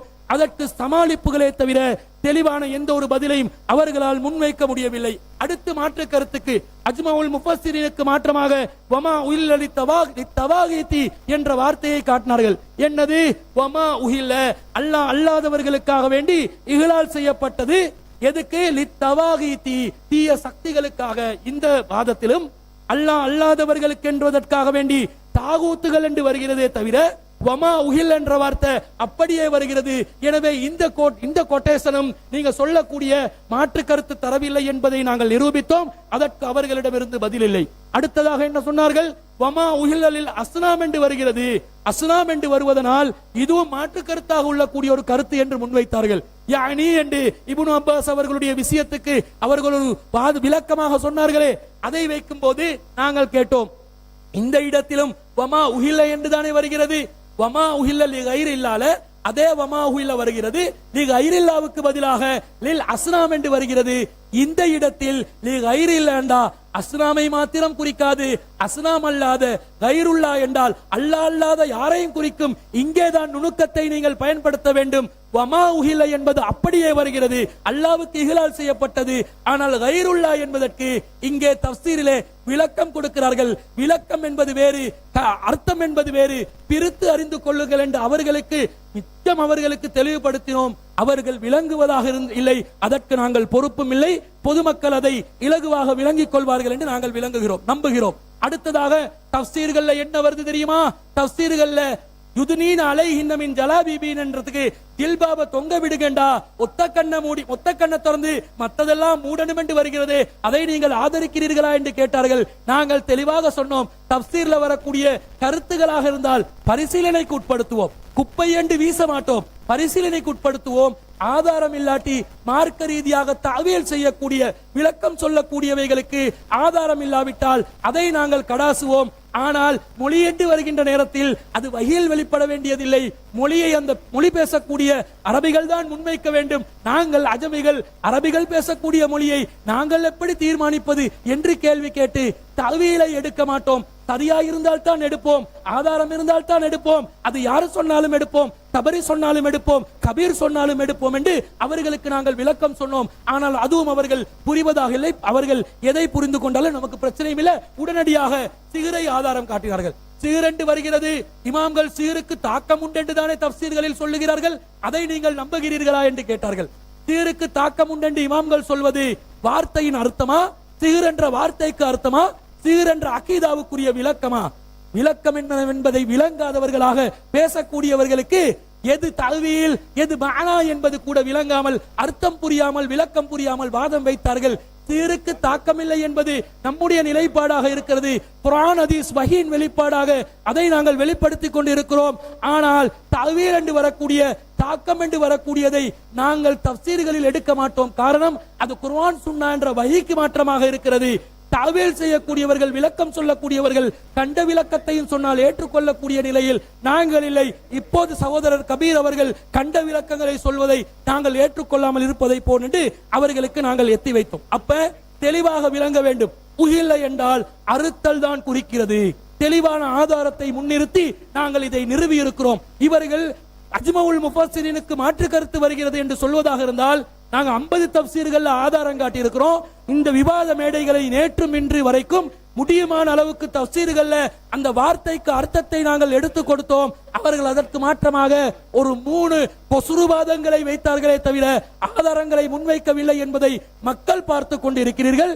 நீங்கள் சத்தியம் எது அசத்தியம் எது என்று முடிவைங்க. 50க்கு 50 வச்சு 50 இங்க 50 அங்க எதை முடிவெடுக்கண்டே விலகுதில்லை என்று ஒரு தடுமாற்றமான நிலை அல்ல. தெளிவாக நாங்கள் அஜ்மவுல் முஃபஸ்ஸிரீன்கள் இந்த வார்த்தைக்கு விளக்கமாக எதை சொன்னார்களோ அதிலே நாங்கள் தெளிவாக உறுதியாக இருக்கிறோம் என்பதை நிறுவி இந்த விவாதத்திலே நாங்கள் நகர்ந்து கொண்டிருக்கிறோம். அதற்கு பிறகு நாங்கள் கேட்டோம், ஒரு சிலர் மாற்று கருத்து சொல்வார்கள். மாற்று கருத்து சொல்வதனாலேயே அது ஒரு வாதத்துக்கு இதுக்கு அஜ்மவுல் முஃபஸ்ஸிரீனுக்கு மாற்றமாக வந்தாலும் நாங்கள் அது இல்லை என்று முடிவெடுப்பதா? பெரும்பான்மையை தானே ஒரு மொழிக்கு பார்க்க வேண்டும். மார்க்கத்துக்கு பெரும்பான்மை பார்க்க மாட்டோம், வஹியை தான் பார்ப்போம். மொழி என்று வரும்போது பெரும்பான்மை பேசுவதை தானே பார்க்க வேண்டும். நீங்கள் தண்ணீருக்கு மண் என்றால், மண்ணுக்கு தண்ணீர் என்றால், தண்ணீர் வேண்டும் என்று கேட்கின்ற நேரத்தில் உங்கள வாயில் ஒரு கோப்பம் மண்ணையா கொடுக்க முடியும்? அப்போ ஒருத்தர் நீங்கள் விளங்கிக் கொள்வது குண்டக்க மண்டக்க புரிந்து கொள்ளலாம். ஆனால் பெரும்பான்மையான மக்கள் புரிந்து கொள்ளும் மொழியில் தான் மொழியை புரிய வேண்டும் என்பதனால் நாங்கள் பெரும்பான்மையை வச்சு முடிவெடுப்போம். அப்பா, இது சாதாரண மனசாட்சி உள்ள ஒரு மொழியியலாளர், ஒரு சாதாரண மொழி அறிவு உள்ளவர் புரிந்து கொள்வார் என்று சொல்லி இப்னு அப்பாஸ் அவர்கள் இன்னா அத்தைனாக்கல் கௌசர் என்பதற்கு அல் ஹைருல் கசீர் என்று சொல்கிறார்கள், அதிகமான நன்மைகள் என்று சொல்கிறார்கள். அது இப்னு அப்பாஸ் ரயீசுல் முஃபஸ்ஸிரீன் இப்னு அப்பாஸ் அவர்கள் சொன்னாலும் சரி, தஅவீலை நாங்கள் ஏற்க மாட்டோம். காரணம், அது மொழிக்கான அர்த்தம் அல்ல, அது நபிகளாருடைய ஹதீஸுக்கு மாற்றமான ஒரு விளக்கம் என்பதனால் நாங்கள் அதை புறக்கணிப்போம் என்று நாங்களே எத்தி வைத்தோம். மீண்டும் மீண்டும் தஃசீர்கள்ல தாகவை இப்படி விளங்கினாங்க, நூனை இப்படி விளங்கினாங்க, காப்பை இப்படி விளங்கினாங்க, காப்ப காக்கா என்று விளங்கினாலும் நூன மீன் என்று விளங்கினாலும் அது நமக்கு பொறுப்பல்ல. நமக்கு பொறுப்பு என்ன? மொழி ரீதியான விஷயத்துக்கு மொழியியலாளர்களை நாங்கள் அணுகுவோம். தஅவீல் என்று வரும் என்றால் ஏற்றுக்கொள்வோம், ஆதாரம் இருந்தால். இல்லாவிட்டால் கடாசி குப்பைக்கு தான் அது செல்லும் என்பதில் நமக்கும் மாற்று கருத்து இல்லை என்பதை நாங்கள் அவர்களுக்கு எத்தி வைத்தோம். அடுத்ததாக நாங்கள் முக்கியமான என்ன வாதம் வைத்தோம்? 6:118 அல்லாஹ் தாலா அல்லாவின் பெயர் சொல்லப்பட்டதை உண்ணுங்கள் என்று சொல்கிறான். அல்லாஹ்வுடைய பெயர் சொல்லப்பட்டதுதான் உண்ணணும் என்று வருகிறது. இந்த வசனத்தில் இஸ்முல்லாஹி அலைஹி என்று வருகிறது. அதற்கு சகோதரர் கபீர் அவர்கள் பிராணியின் மீது என்று எப்படி முடிவெடுத்தீர்கள் என்று கேட்டார். நபிகளாரின் நடைமுறையை பார்த்தோம் என்றோம். சில்மி அவர்கள் இதுக்கு அல்லாஹ் அல்லாதவர்களுடைய பேர்ல எதுல சொன்னாலும் சரி என்று வந்தால், காபீர்கள் தண்ணீர் தந்தாலும் குடிக்க முடியாது, ஏன் உங்களுடைய மனைவிமார்கள் பிஸ்மில்லாவை சொல்ல மறந்துவிட்டு பிஸ்மில்லாஹி அவ்வளிய ஆகிரி சொல்லுவதற்கு முன்பதாக தேநீரை தந்தாலும் அது ஹராமாகி விடுமா என்று கேட்டதற்கு இல்லை இல்லை முரண்பட்டு பேச இல்லை. தபரி அப்படி சொன்னார், கபீர் இப்படி சொன்னார், ரெண்டும் ஒன்றுதான் என்று முரண்பாட்டில் உடன்பாட்டு கண்டீர்கள். இந்த வசனத்தில் இஸ்முல்லாஹி அலைஹி என்பதில் பிராணி என்று வந்ததா, அலல் பஹீமா என்று வந்ததா, அலல் அன்ஆம் என்று வந்ததா? வரவில்லை. எப்படி முடிவெடுத்தீர்கள்? நபிகளாருடைய நடைமுறையை பார்த்தோம். வமா உஹில்ல லிகைரில்லாஹ் என்பது உஹில்ல இஹ்லால் என்பது அல்லாஹ் அல்லாதவர்களுக்காக இஹ்லால் செய்வது என்பது அறுத்து பலியிடுதல் தான் என்பதை நபிகளாருடைய காலத்தில் வாழ்ந்த மக்கத்து காபிர்களும் சரி, அதற்கு முன் சென்றவர்களும் சரி, அப்படிதான் அவர்கள் அதை அறுத்தல் என்ற கருத்தில் புரிந்து கொண்டார்கள் என்பதை நிறுவிவிட்டு, மொழி ரீதியாக நிறுவிவிட்டு நாங்கள் ஆதாரத்தை வைத்தோம். ஆனால் என்ன கேட்கிறார்கள்? உஹில்லவுக்கு வஹியில் நீங்கள் ஆதாரம் காட்ட வேண்டும். அதாவது இந்த உலகத்திலே இவர்களை போன்று மாமேதைகள் யாருமே இருந்திருக்க மாட்டார்கள். மொழி அர்த்தத்துக்கு, டிக்ஷனரி அர்த்தத்துக்கு அல்லாவிடத்திலே வஹியை கேட்டவர்கள் இவர்கள்தான். மொழி அர்த்தத்துக்கு வஹியை கேட்டு அல்லாஹ் குர்ஆனை மட்டும் நீ இறக்கியது போதாது, எங்களுக்கு ஒரு அகராதியையும் வஹி மூலமாக இறக்க வேண்டும் என்று சொன்ன இவர்களை பார்த்து நாங்கள் என்னவென்று சொல்வது? வஹியில் இருந்து ஜிப்ரீல் அலைஹிஸ்ஸலாத்துக்கு ஜிப்ரீல் அலைஹிஸ்ஸலாம் வந்து தபரிக்கு வஹியில சொன்னாரா? நாங்க வஹியில சொன்னோம் என்று சொன்னோமா? மொழிக்கு வந்த அர்த்தம் ஜிப்ரீல் மூலமா தான் வரணும் என்று நாங்க சொன்னோமா? அவங்க நாங்க கேட்க வேண்டிய கேள்வி அவங்க சொல்றாங்க. அதாவது மொழிக்கு அர்த்தம் வஹியில் சொல்ல வேண்டும் என்று அவங்க சொன்னோடனே நாங்க என்ன சொல்லணுமா? மொழிக்கு அர்த்தம் வஹியில் தான் வருமா? ஜிப்ரீல் அலைஹிஸ்ஸலாம் வந்து தான் மொழிக்கு அர்த்தம் நாங்க தான் கேட்டிக்கணும். அவங்க நம்ம கிட்ட கேட்டு ஒன் சைட் கோல் அடித்துக் கொண்டிருப்பதை பார்த்தோம். அதே போன்று நாங்கள் மிக பிரதானமான வாதமாக அவர்கள் ஒரு வாதத்தை வைத்தார்கள். 1656 அவர்கள் அறியாதவற்றுக்காக ஒரு விஷயத்தை படையல் செய்கிறார்கள். பார்த்தீர்களா யஜ்அலூன என்று வருகிறது, உஹிலக்கு இதுதான் விளக்கம் என்றார்கள். இந்த வசனத்திலே அல்லாஹ் அல்லாதவர்களுக்கு படைத்ததை ஹராமாக்கி இருக்கிறானா என்று கேட்டோம். அதற்கு பதில் இல்லை. அப்ப அந்த வசனத்துக்கு ஜாலா என்ற வார்த்தையை வைத்து புரிந்து கொள்ளுங்கள் என்றால் வமா உஹில என்பது வமா ஜுஇல என்று புரிந்து கொள்வீர்களா என்று கேட்டோம். கடைசி வரைக்கும் அவர்கள் வாய் திறக்கவில்லை என்பதை நாங்கள் கூறிக்கொள்கிறோம். அதற்கு பிறகு 636 கால்நடைகளுக்கும் பயிர்களுக்கும் அவர்கள் படையல் செய்கிறார்கள் என்ற அதே வஜாலு என்ற வார்த்தையை வசனத்தை காட்டினார்கள். இந்த வசனத்தில் அல்லாஹ் அல்லாதவர்களுடைய சாப்பாட்டை சாப்பிடக்கூட அல்லாதவர்களுக்கு படையல் செய்ததை சாப்பிடக்கூடாது என்று இருக்கிறதா என்று கேட்டோம். அவர்கள் தீர்ப்பளிப்பது சாமா யஹ்குமூன், அவர்கள் தீர்ப்பளிப்பதே கெட்டது, சேலைதான் அல்லாஹ் தடுக்கிறான், உணவை அல்லாஹ் தடுத்ததற்கு ஆதாரம் இல்லை என்றோம். அதற்கு அவர்கள் சமாளிப்பு சொல்லி இத அப்படி புரிங்க அத இப்படி புரிங்க என்று ஒரு ஜிக்ஸாக் டம்பிங் கேம் செய்தார்களே தவிர மார்க்க ரீதியாக அதற்கு தெளிவான ஆதாரத்தை காட்டவில்லை. அதற்கு பிறகு நாங்கள் அவர்கள் ஒரு வாதத்தை வைத்தார்கள். 757 அல்லாஹ்வின் தூதர் ஹலாலானதை நல்லதை ஹலாலாக்குவார், ஹபீஸானதை ஹராமாக்குவார். ஹபீஸானதை ஹராமாக்குவார் என்றா அல்லாஹ்வின் தூதர் ஹராமாக்கிட்டு போயிட்டாங்களே. அல்லாஹ்வின் தூதர்ட்ட காலத்துல படையல் செஞ்சதெல்லாம் ஹபீஸ் என்று சொல்லி அல்லாஹ்வின் தூதர் ஹராமாக்கின ஆதாரத்தை காட்டுங்க என்று கேட்டா இல்ல, அதை நாங்க சிந்தித்து புரிவோம்.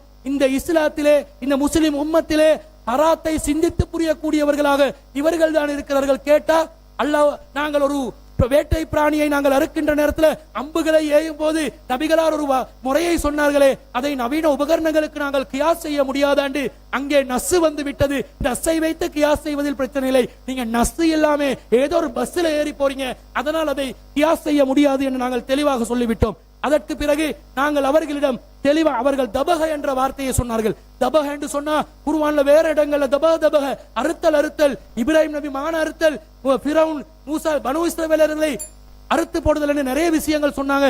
இந்த தபல உஹிலையன் வரவில்லை என்று கேட்டார்கள். அது அல்லாஹ்வின் விருப்பம், அல்லாஹ் விரும்பியதை அல்லாஹ் விரும்பிய விதத்தில் அதை சொல்வான் என்று சொன்னோம். அது மாத்திரம் அல்லாமல் அவர்களிடம் நாங்கள் மிக முக்கியமான ஒரு வாதத்தை முன்வைத்திருந்தோம். என்ன வாதத்தை முன்வைத்திருந்தோம்?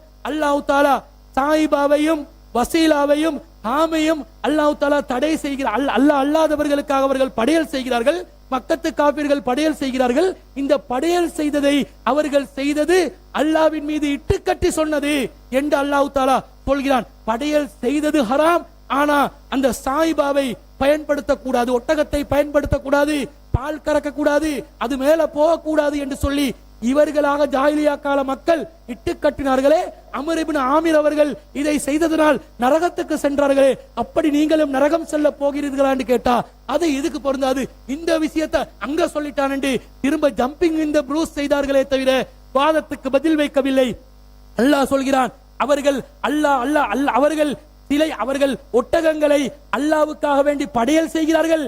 அதை அல்லாஹ் தடுக்க மாட்டான். ஏன் அதை அல்லாஹ் தடுத்து விட்டான்? ஏனென்றால் ஏற்கனவே படையல் என்பது தடையாகிவிட்டது. ஆனால் சாயிபாவை பயன்படுத்தக்கூடாது என்று சொல்கிறீர்களே, இது ஹராம், இது அல்லாஹ் மீது இட்டு கட்டுதல், அறியாத நிலையில் நீங்கள் சொல்கிறீர்கள் என்று அல்லாஹ் தஆலா சொல்லி இவர்களுடைய வாத முற்றிலும் முழுதாக ஹராமான அல்லாஹ் மீது இட்டு கட்டக்கூடிய போலியான மனோ இச்சையின் அடிப்படையிலான ஒரு வாதம் என்பதை அல்லாஹ் நிறுவிவிட்டான். இதற்கு பிறகும் இவர்களிடம் பின்னால் செல்ல போகிறீர்களா? அது மாத்திரமல்ல அன்பிற்குரியவர்களே, நிர்பந்தம் ஏற்பட்டு விட்டது. காப்பீட்டு கடையில சன்லைட் எடுக்காதே, ராணி சோப்பும் எடுக்காதே, எங்கரும் எடுக்காதே, ரத்தியம் எடுக்காதே, நீ நிர்பந்திக்கப்பட்டாய். அடை கமெண்ட் அடிப்பவர்களே, நீ பிறந்ததே நிர்பந்தத்துல தான் என்று நம்முடைய பாசத்துக்குரிய சகோதரர்கள் கொமெண்ட் அடிப்பவங்க கண்டதை மடிப்பார்கள். கொமெண்ட்டுக்காக வேண்டி தன்னை அஸ்ஸலாமு அலைக்கும் வரஹ்மத்துல்லாஹி வபரகாத்துஹு. அன்புக்குரிய இஸ்லாமிய சகோதரர்களே, எதிர்த்தரப்பினரை பொறுத்த வரைக்கும் அவன் இதுவரைக்கும் நடந்த விவாதங்களை பார்க்கிற பொழுது அவர்கள் அல்லாஹ் மீது இட்டுக்கட்டித்தான் அவர்களுடைய அத்தனை ஆதாரங்களையும் மக்கள் மத்தியிலே பதிவு செய்தார்கள் தவிர ஒரு வாதத்தை கூட குர்ஆன் ஹதீஸில் நிரூபிக்கவில்லை என்பது இந்த விவாதத்துக்கு கிடைத்த மிகப்பெரிய வெற்றி. அதுக்கான ஆதாரமாக நீங்கள் பார்த்தீங்கன்னா, நபிகள் நாயகம் காலத்தில் உஹில் என்ற வார்த்தை சத்தமிடுதல் என்ற அர்த்தத்தில் தான் இருந்திருக்கிறது. அந்த வகையில் சப்தமிடுறது புகாரில் தெளிவாக வருகிறது. மொழி வல்லுநர் அத்தனை பேர் சப்தமிடப்பட்ட அர்த்தம் சொல்லியிருக்கிறார்கள், தெளிவாக நஸ்ஸாக வருகிறது. ஆனால் நீங்கள் சொல்லுகிற எல்லாமே தப்சீர் நூல்களில் சொல்லப்பட்ட செய்தி. அந்த தப்சீர் நூல்களில் சொல்லப்பட்ட செய்தியெல்லாம் இப்னு அப்பாஸ் மையப்படி சொல்லப்பட்ட செய்தி, அது கருத்தாக சொல்லியிருக்கிறாரு. ஆனால் இப்னு அப்பாஸ் சொல்லப்பட்ட செய்தி கூட அது ஆதாரம் இல்லை, அது பலவீனமானது. அதை நாங்கள் இத்தனை அமர்வுகளை கேட்டோம், இந்த தாரம் சொன்னார், தந்தார்களா, அனுப்பினார்களா? கடைசி வரைக்கும் அனுப்பவில்லை, பூச்சாண்டி காட்டினார்கள். ஏன் தெரியுமா? மக்களை மடமத்தனத்தை காட்டுவதற்காக வேண்டி இப்னு அப்பாஸுடைய செய்தியை வச்சு தான் ஒட்டுமொத்த வாதம் இருந்தது. ஆனால் காட்டவில்லை. விளங்குது உங்களுக்கு? அப்ப இஸ்தகல் என்ற வார்த்தை வகையில இருந்து அதுதான் சத்தமிடப்படுதல் என்பது நிலையானது, நிரூபிக்கப்பட்டது. ஆனா இவர்கள் காட்டவே இல்லை என்ற அடிப்படையை புரிந்து கொள்ள வேண்டும். அடுத்தது என்ன தெரியுமா? இந்த பஹீரா சாயிபா, இங்க பஹீரா சாயிபாவில் இட்டு கட்டினார்கள். பஹீரா சாயிபா ஹாமா என்ன தெரியுமா? அவர்கள் குறிப்பிட்ட சாயிபாவை சொல்லி இது கடவுளுக்கு நேர்ச்சி செய்யப்பட்டிருக்கிறது, எனவே அதுக்கு மேலால் பயன்படுத்த கூடாது. அதனால் அல்லாஹ் மீது இட்டு கட்டினார்கள்.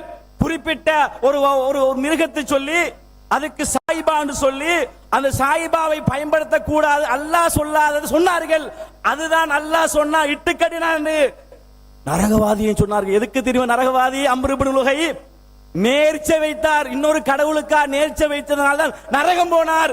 தப்பாக விளக்கம் சொன்னார், இட்டு கட்டினார்கள். இது புகாரியில 3521 வழக்கமாக வாசித்து பாருங்கள், அது மொழிபெயர்ப்பு வாசிங்கள். எதற்கு நரகம் போனா தெளிவா இருக்கிறது. இட்டு கட்டுகிற வேலையை முழுக்க செய்தார்கள். அது மாத்திரம் கிடையாது, தபரியில ஒரு செய்தியை நான் சொன்னதற்கு குர்ஆன்ல வருகிற செய்தி அது என்ன அர்த்தம் தெரியுமா? விக்ரிஸ்முல்லா அலைஹி என்பது அர்த்தம் தான்.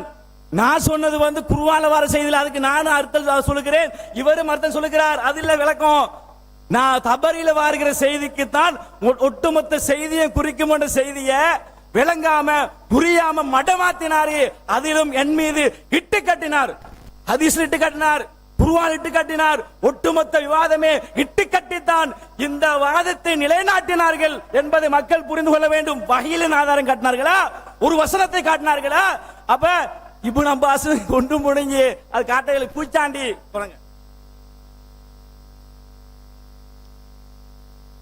அஸ்ஸலாமு அலைக்கும் வரஹ்மத்துல்லாஹி வபரகாத்துஹு. கண்ணியத்திற்கும் மகத்துவத்திற்கும் உரிய எல்லாம் வல்ல அல்லாஹ் ஜல்ல ஷானஹு வ தஆலாவின் நல்லடியார்களே, 2 நாட்களாக நடைபெற்ற இந்த பூஜை செய்யப்பட்டவைகள் ஹலாலா ஹராமா என்கிற விவாதத்தில் ஒரு 100% திருப்தியோடு நாங்கள் என்ன செய்ய முடியும்? இந்த இடத்திலிருந்து கலைந்து செல்ல முடியும். அப்படித்தானே? ஒத்துக்கொள்றேன்.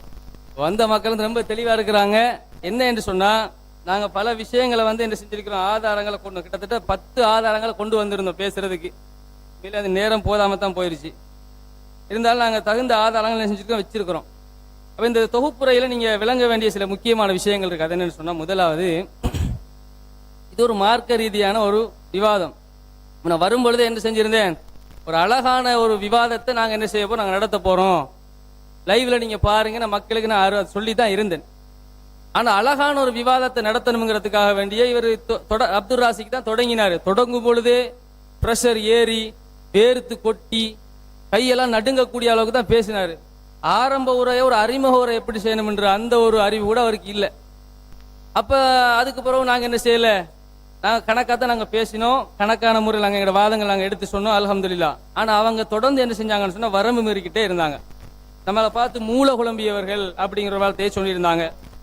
அதே மாதிரி ரூஹுல் ரஸ்மி மடத்தனம்ங்கிற வார்த்தையை பயன்படுத்தினார். இவர் அடிப்படைவாதம்ங்கிற விஷயத்தை சொன்னார். இப்படி நமக்கு எதிராக இந்த விஷயத்தை இந்த விவாதத்தினுடைய ஒப்பந்தத்தில் என்ன சொல்லப்பட்டிருக்கீங்கன்னா, வரம்பு மீறி பேசக்கூடாது, தனிநபர்களை தாக்கக்கூடாது, அநாகரிகமாக நடக்கக்கூடாது. அப்போ அப்துல் ராசி கூட அந்த விவாத ஒப்பந்தத்தோடு என்ன சொல்லுவார், நம்ம அழகா பேசிக்குவோம் அப்படின்னு சொன்னதை கூட அவங்களே மறந்து பேசினாங்க. அடுத்தது என்னன்னு சொன்னா 6 ஆதாரங்கள் அங்க முன் வச்சோம். அல்லாஹ்வுக்கு எல்லா புகழும்.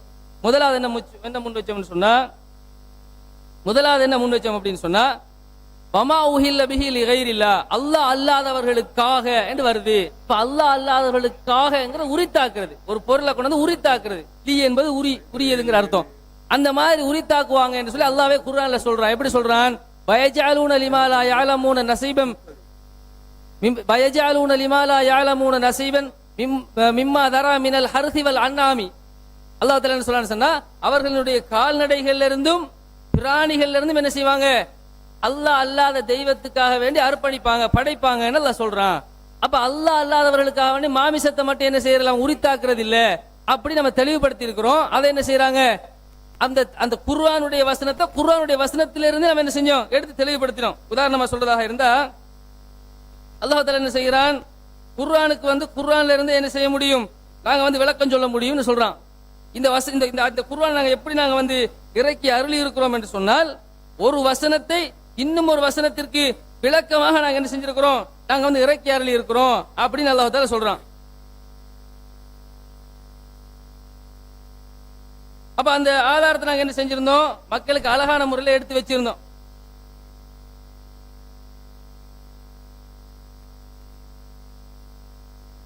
சரிதானே? அப்ப அந்த வசனத்தை நம்ம தெளிவுபடுத்தி இருந்தோம்.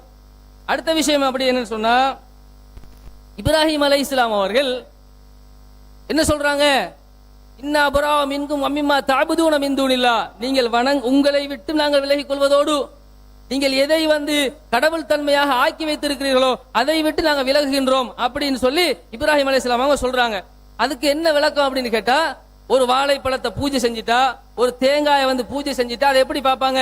அதையும் ஒரு கடவுளா தான் பார்ப்பாங்க. தேங்காய் அவர்களே, வாழைப்பழம் அவர்களே என்று என்ன செய்யறது இல்ல, அதுக்கு போய் வணங்குறது இல்ல. அந்த நம்பிக்கை, இந்த தேங்காய் எங்களை காப்பாத்தும், அல்லாஹ் எங்களை காப்பாத்து நம்புற மாதிரி, அல்லாஹ் என்னுடைய தொழிலை வந்து எனக்கு நிறைவேற்றி தருவான் அப்படின்னு அல்லாஹ்வின் மேல தவக்குல் வைக்கிற மாதிரி. அப்ப தவக்குல் என்பது ஒரு வணக்கம், அது தேங்காயில வைக்கப்படுகிறது. அதே மாதிரி தக்வா என்பது ஒரு வணக்கம், அது அந்த தேங்காயில வைக்கப்படுகிறது, படையலில் வைக்கப்படுகிறது.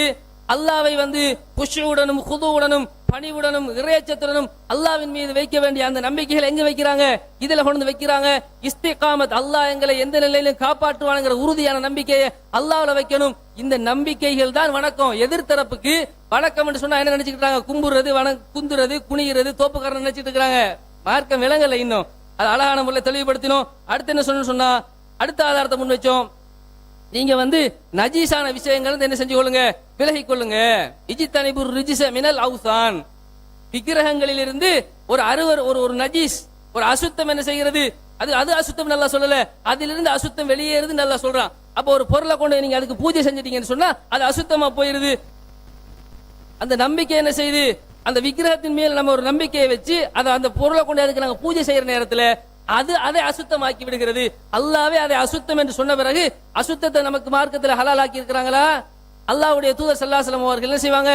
யுஹில்லு லஹுமுத் தய்யிபாத்தி வ யுஹர்ரிமு அலைஹிமுல் கபாயித், பரிசுத்தமானதை மாத்திரம் தான் நமக்கு ஹலால் ஆக்குவாங்க, அசுத்தமானவைகளை ஹராம் ஆக்கிடுவாங்க. பச்சையாக அல்லாஹ் சொல்லியிருக்கிறான். பூஜை செய்யப்பட்டது அசுத்தம் என்று நம்ம நிரூபிச்சோம். அதே மாதிரி அல்லாஹ் தஆலா என்ன செய்றான்னு சொன்னா, சந்தேகமான விஷயங்கள் நீங்க விலகிக் கொள்ளுங்க ரசூலுல்லாஹ் சொன்னாங்க. 4வது முன் வச்சோம். அமன் வகா ஃபி ஷுபஹாத்தி, சந்தேகமான விடயங்கள் யார் விழுந்து விடுகிறானோ வகா ஃபில் ஹராம், அவன் ஹராத்திலேயே விழுந்து விடுகிறான்னு சொல்லி அழகான ஆதாரத்தை எடுத்து வச்சாரு. அப்ப உங்களுக்கு பூஜை படையல் சாப்பிடலாமா? அல்லாஹ் தஆலா வந்து இது என்ன சொல்றான்? இது வந்து ஹராம்னு நேரடியா சொல்லல தானே. அப்படி நீங்க சந்தேகப்படுறீங்களா? சந்தேகப்படுறீங்கன்னு சொன்னால என்ன செய்யக்கூடாது? சாப்பிடக்கூடாது, ஹராத்துல விழுந்துடுவீங்கன்னு ஹதீஸ் இருக்குது. அது அழகா எடுத்து வச்சாரு. அடுத்து என்ன செஞ்ச? 5வது ஆதாரம், மூசா அலைஹிஸ்ஸலாம் அவர்கள் ஒரு தங்கத்தை, பெருமதியான ஒரு பொருளை அல்லாஹ் தஆலா ஹலால் ஆக்கியதை என்னது? மமன் ஹர்ரம ஜீனத்தல்லாஹி அல்லதி அக்ரஜ லிஇபாதிஹி, பிஜே சொல்றாரு, அல்லாஹ் வெளிப்படுத்திய ஹலாலை யார் ஹராமாக்க முடியும்? வெளிப்படுத்திய அந்த அலங்காரங்களை யார் ஹராமாக்க முடியும் என்று அவர் கேட்கிறாரு. ஆனா மூசா அலைஹிஸ்ஸலாம் என்ன பண்றாங்க? தங்கம் என்பது அலங்காரமாக இருந்தாலும், வெள்ளி என்பது அலங்காரமாக இருந்தாலும் அதை ஒரு சிலையாக செய்து வணங்குகிற பொழுது அது ஹராமான தங்கம், அது ஹராமானது அப்படின்னு சொல்லி அதை எரிச்சு கடல்ல போட்டாங்க. இருந்தாலும் நாங்க செய்ய முடியாது, பிரமத கடவுள்களை நாங்கள் திட்ட முடியாது, அதை நாங்க கை வைக்க முடியாது. லா தசுப்புல்லதீன யதுஊன மின் தூனில்லாஹி வ யசுப்புல்லாஹ அதுவம் பிகைரி இல்ம், பிற மதத்தவர்களுடைய வணங்கக்கூடிய சிலைகளை விக்கிரகங்களை நீங்கள் திட்டாதீர்கள் என்று மார்க்கம் சொல்லி இருக்குது. அதை கை வைக்கிறதோ அதை போய் தாக்குறதோ நமக்கு அனுமதி இல்லைங்கிறதையும் சேர்த்தே என்ன செஞ்சோம், அழகான முறையில் விளங்கப்படுத்தினோம். வேண்டும் என்று திட்டமிட்டு என்ன செஞ்சாங்க, நம்மள அடிப்படைவாதம் அப்படிங்கிற கருத்தை வந்து முன் வச்சாங்க. அடுத்தது ஆதாரத்தை வச்சோம். 6வது ஆதாரம், ஒரு இடத்துல சிறுக்கு நடக்குதா, புவானாங்கிற இடத்துல சிறுக்கு நடக்குதா, சிலை வணக்கம் நடக்கிறதா, அங்க நீ என்ன செய்யாத, கடமையான காரியத்தை கூட செய்யாத. அப்ப இடம் சிறுக்கா போகுது. அப்ப ஒரு சிறுக்குனால ஒரு இடம் ஹராமாகுது. சிறுக்கு நடைபெறக்கூடிய காரணத்தினால இடம் ஹராமாகும் என்கிற ஒரு விஷயத்தை என்ன செய்யறோம், நாம இந்த இடத்துல பாக்குறோம். அடுத்த விஷயம் என்ன முன் வச்சோம், ரூஹுல் அஸ்மின்னு சொல்லக்கூடிய சகோதரர் கேள்வி கேட்டிருந்தாரு. மூசா நபி வந்து அந்த காளை சிற்பத்தை எரித்து கடல்ல போட்டாரு அப்படின்னு வர்றதுனால நீங்களும் போடுவீங்களான்னு கேட்டாரு. நம்ம அதுக்கு தான் சொல்றோம், அந்த வேலை நாங்க செய்ய மாட்டோம். அதுக்கு எங்களுக்கு அதிகாரத்தை அல்லாஹ்வுடைய மார்க்கத்துல தரல. அது வந்து ரசூல் ஸல்லல்லாஹு அலைஹி வஸல்லம் அவர்களுக்கு முன்பு வாழ்ந்த இப்ராஹிம் நபியுடைய காலத்தில் நடந்தது. ரசூல் ஸல்லல்லாஹு அலைஹி வஸல்லம் அதிகாரம் இருக்கும் பொழுது அது முஸ்லிம் நாட்டில் செய்தது. முஸ்லிம் நாட்டில் செய்யக்கூடிய ஒரு விஷயத்தை ஒரு பௌத்த நாட்டில் நாங்கள் செய்ய முடியாது, செய்யக்கூடாதுங்கிறத எல்லாம் என்ன செஞ்சோம், அழகான முறையில் விளங்கப்படுத்தினோம். அது கூட விளங்காம என்ன செஞ்சாருன்னா ஒரு கேள்வியை கேட்டாரு. அது அவர் லாஜிக் நினைச்சுக்கிட்டு கேட்ட கேள்வி அது. அடுத்து என்னது, சில்மியும் கபீரும் முரண்பட்டாக அம்மா துக்கிர என்னது லா தௌக் வலா தௌக்குல் மிம்மா லம் யுத்கர் இஸ்முல்லாஹி அலைஹி, எதன் மீது அல்லாஹ்வின் பெயர் சொல்லப்படவில்லையோ அதனை சாப்பிடாதீர்கள் சொன்னா நான் என்ன சொன்னேன், அது பிராணியைத்தான் குறிக்கும்னு சொன்னேன். அவரும் பிராணியைத்தான் குறிக்கும்னு சொன்னாரு. அப்படிதானங்க? அப்ப இவங்களுக்கு விளங்கல, பிராணியைத்தான் குறிக்கும். ஏன் சொல்றோம்னா அந்த வசனம் பிராணியை பத்தி தான் பேசுது. என்ன காரணம், ஹதீஸ் ஆதாரம். ஹதீஸ்ல என்ன வருது, ரசூல் ஸல்லல்லாஹு அலைஹி வஸல்லம் அவங்க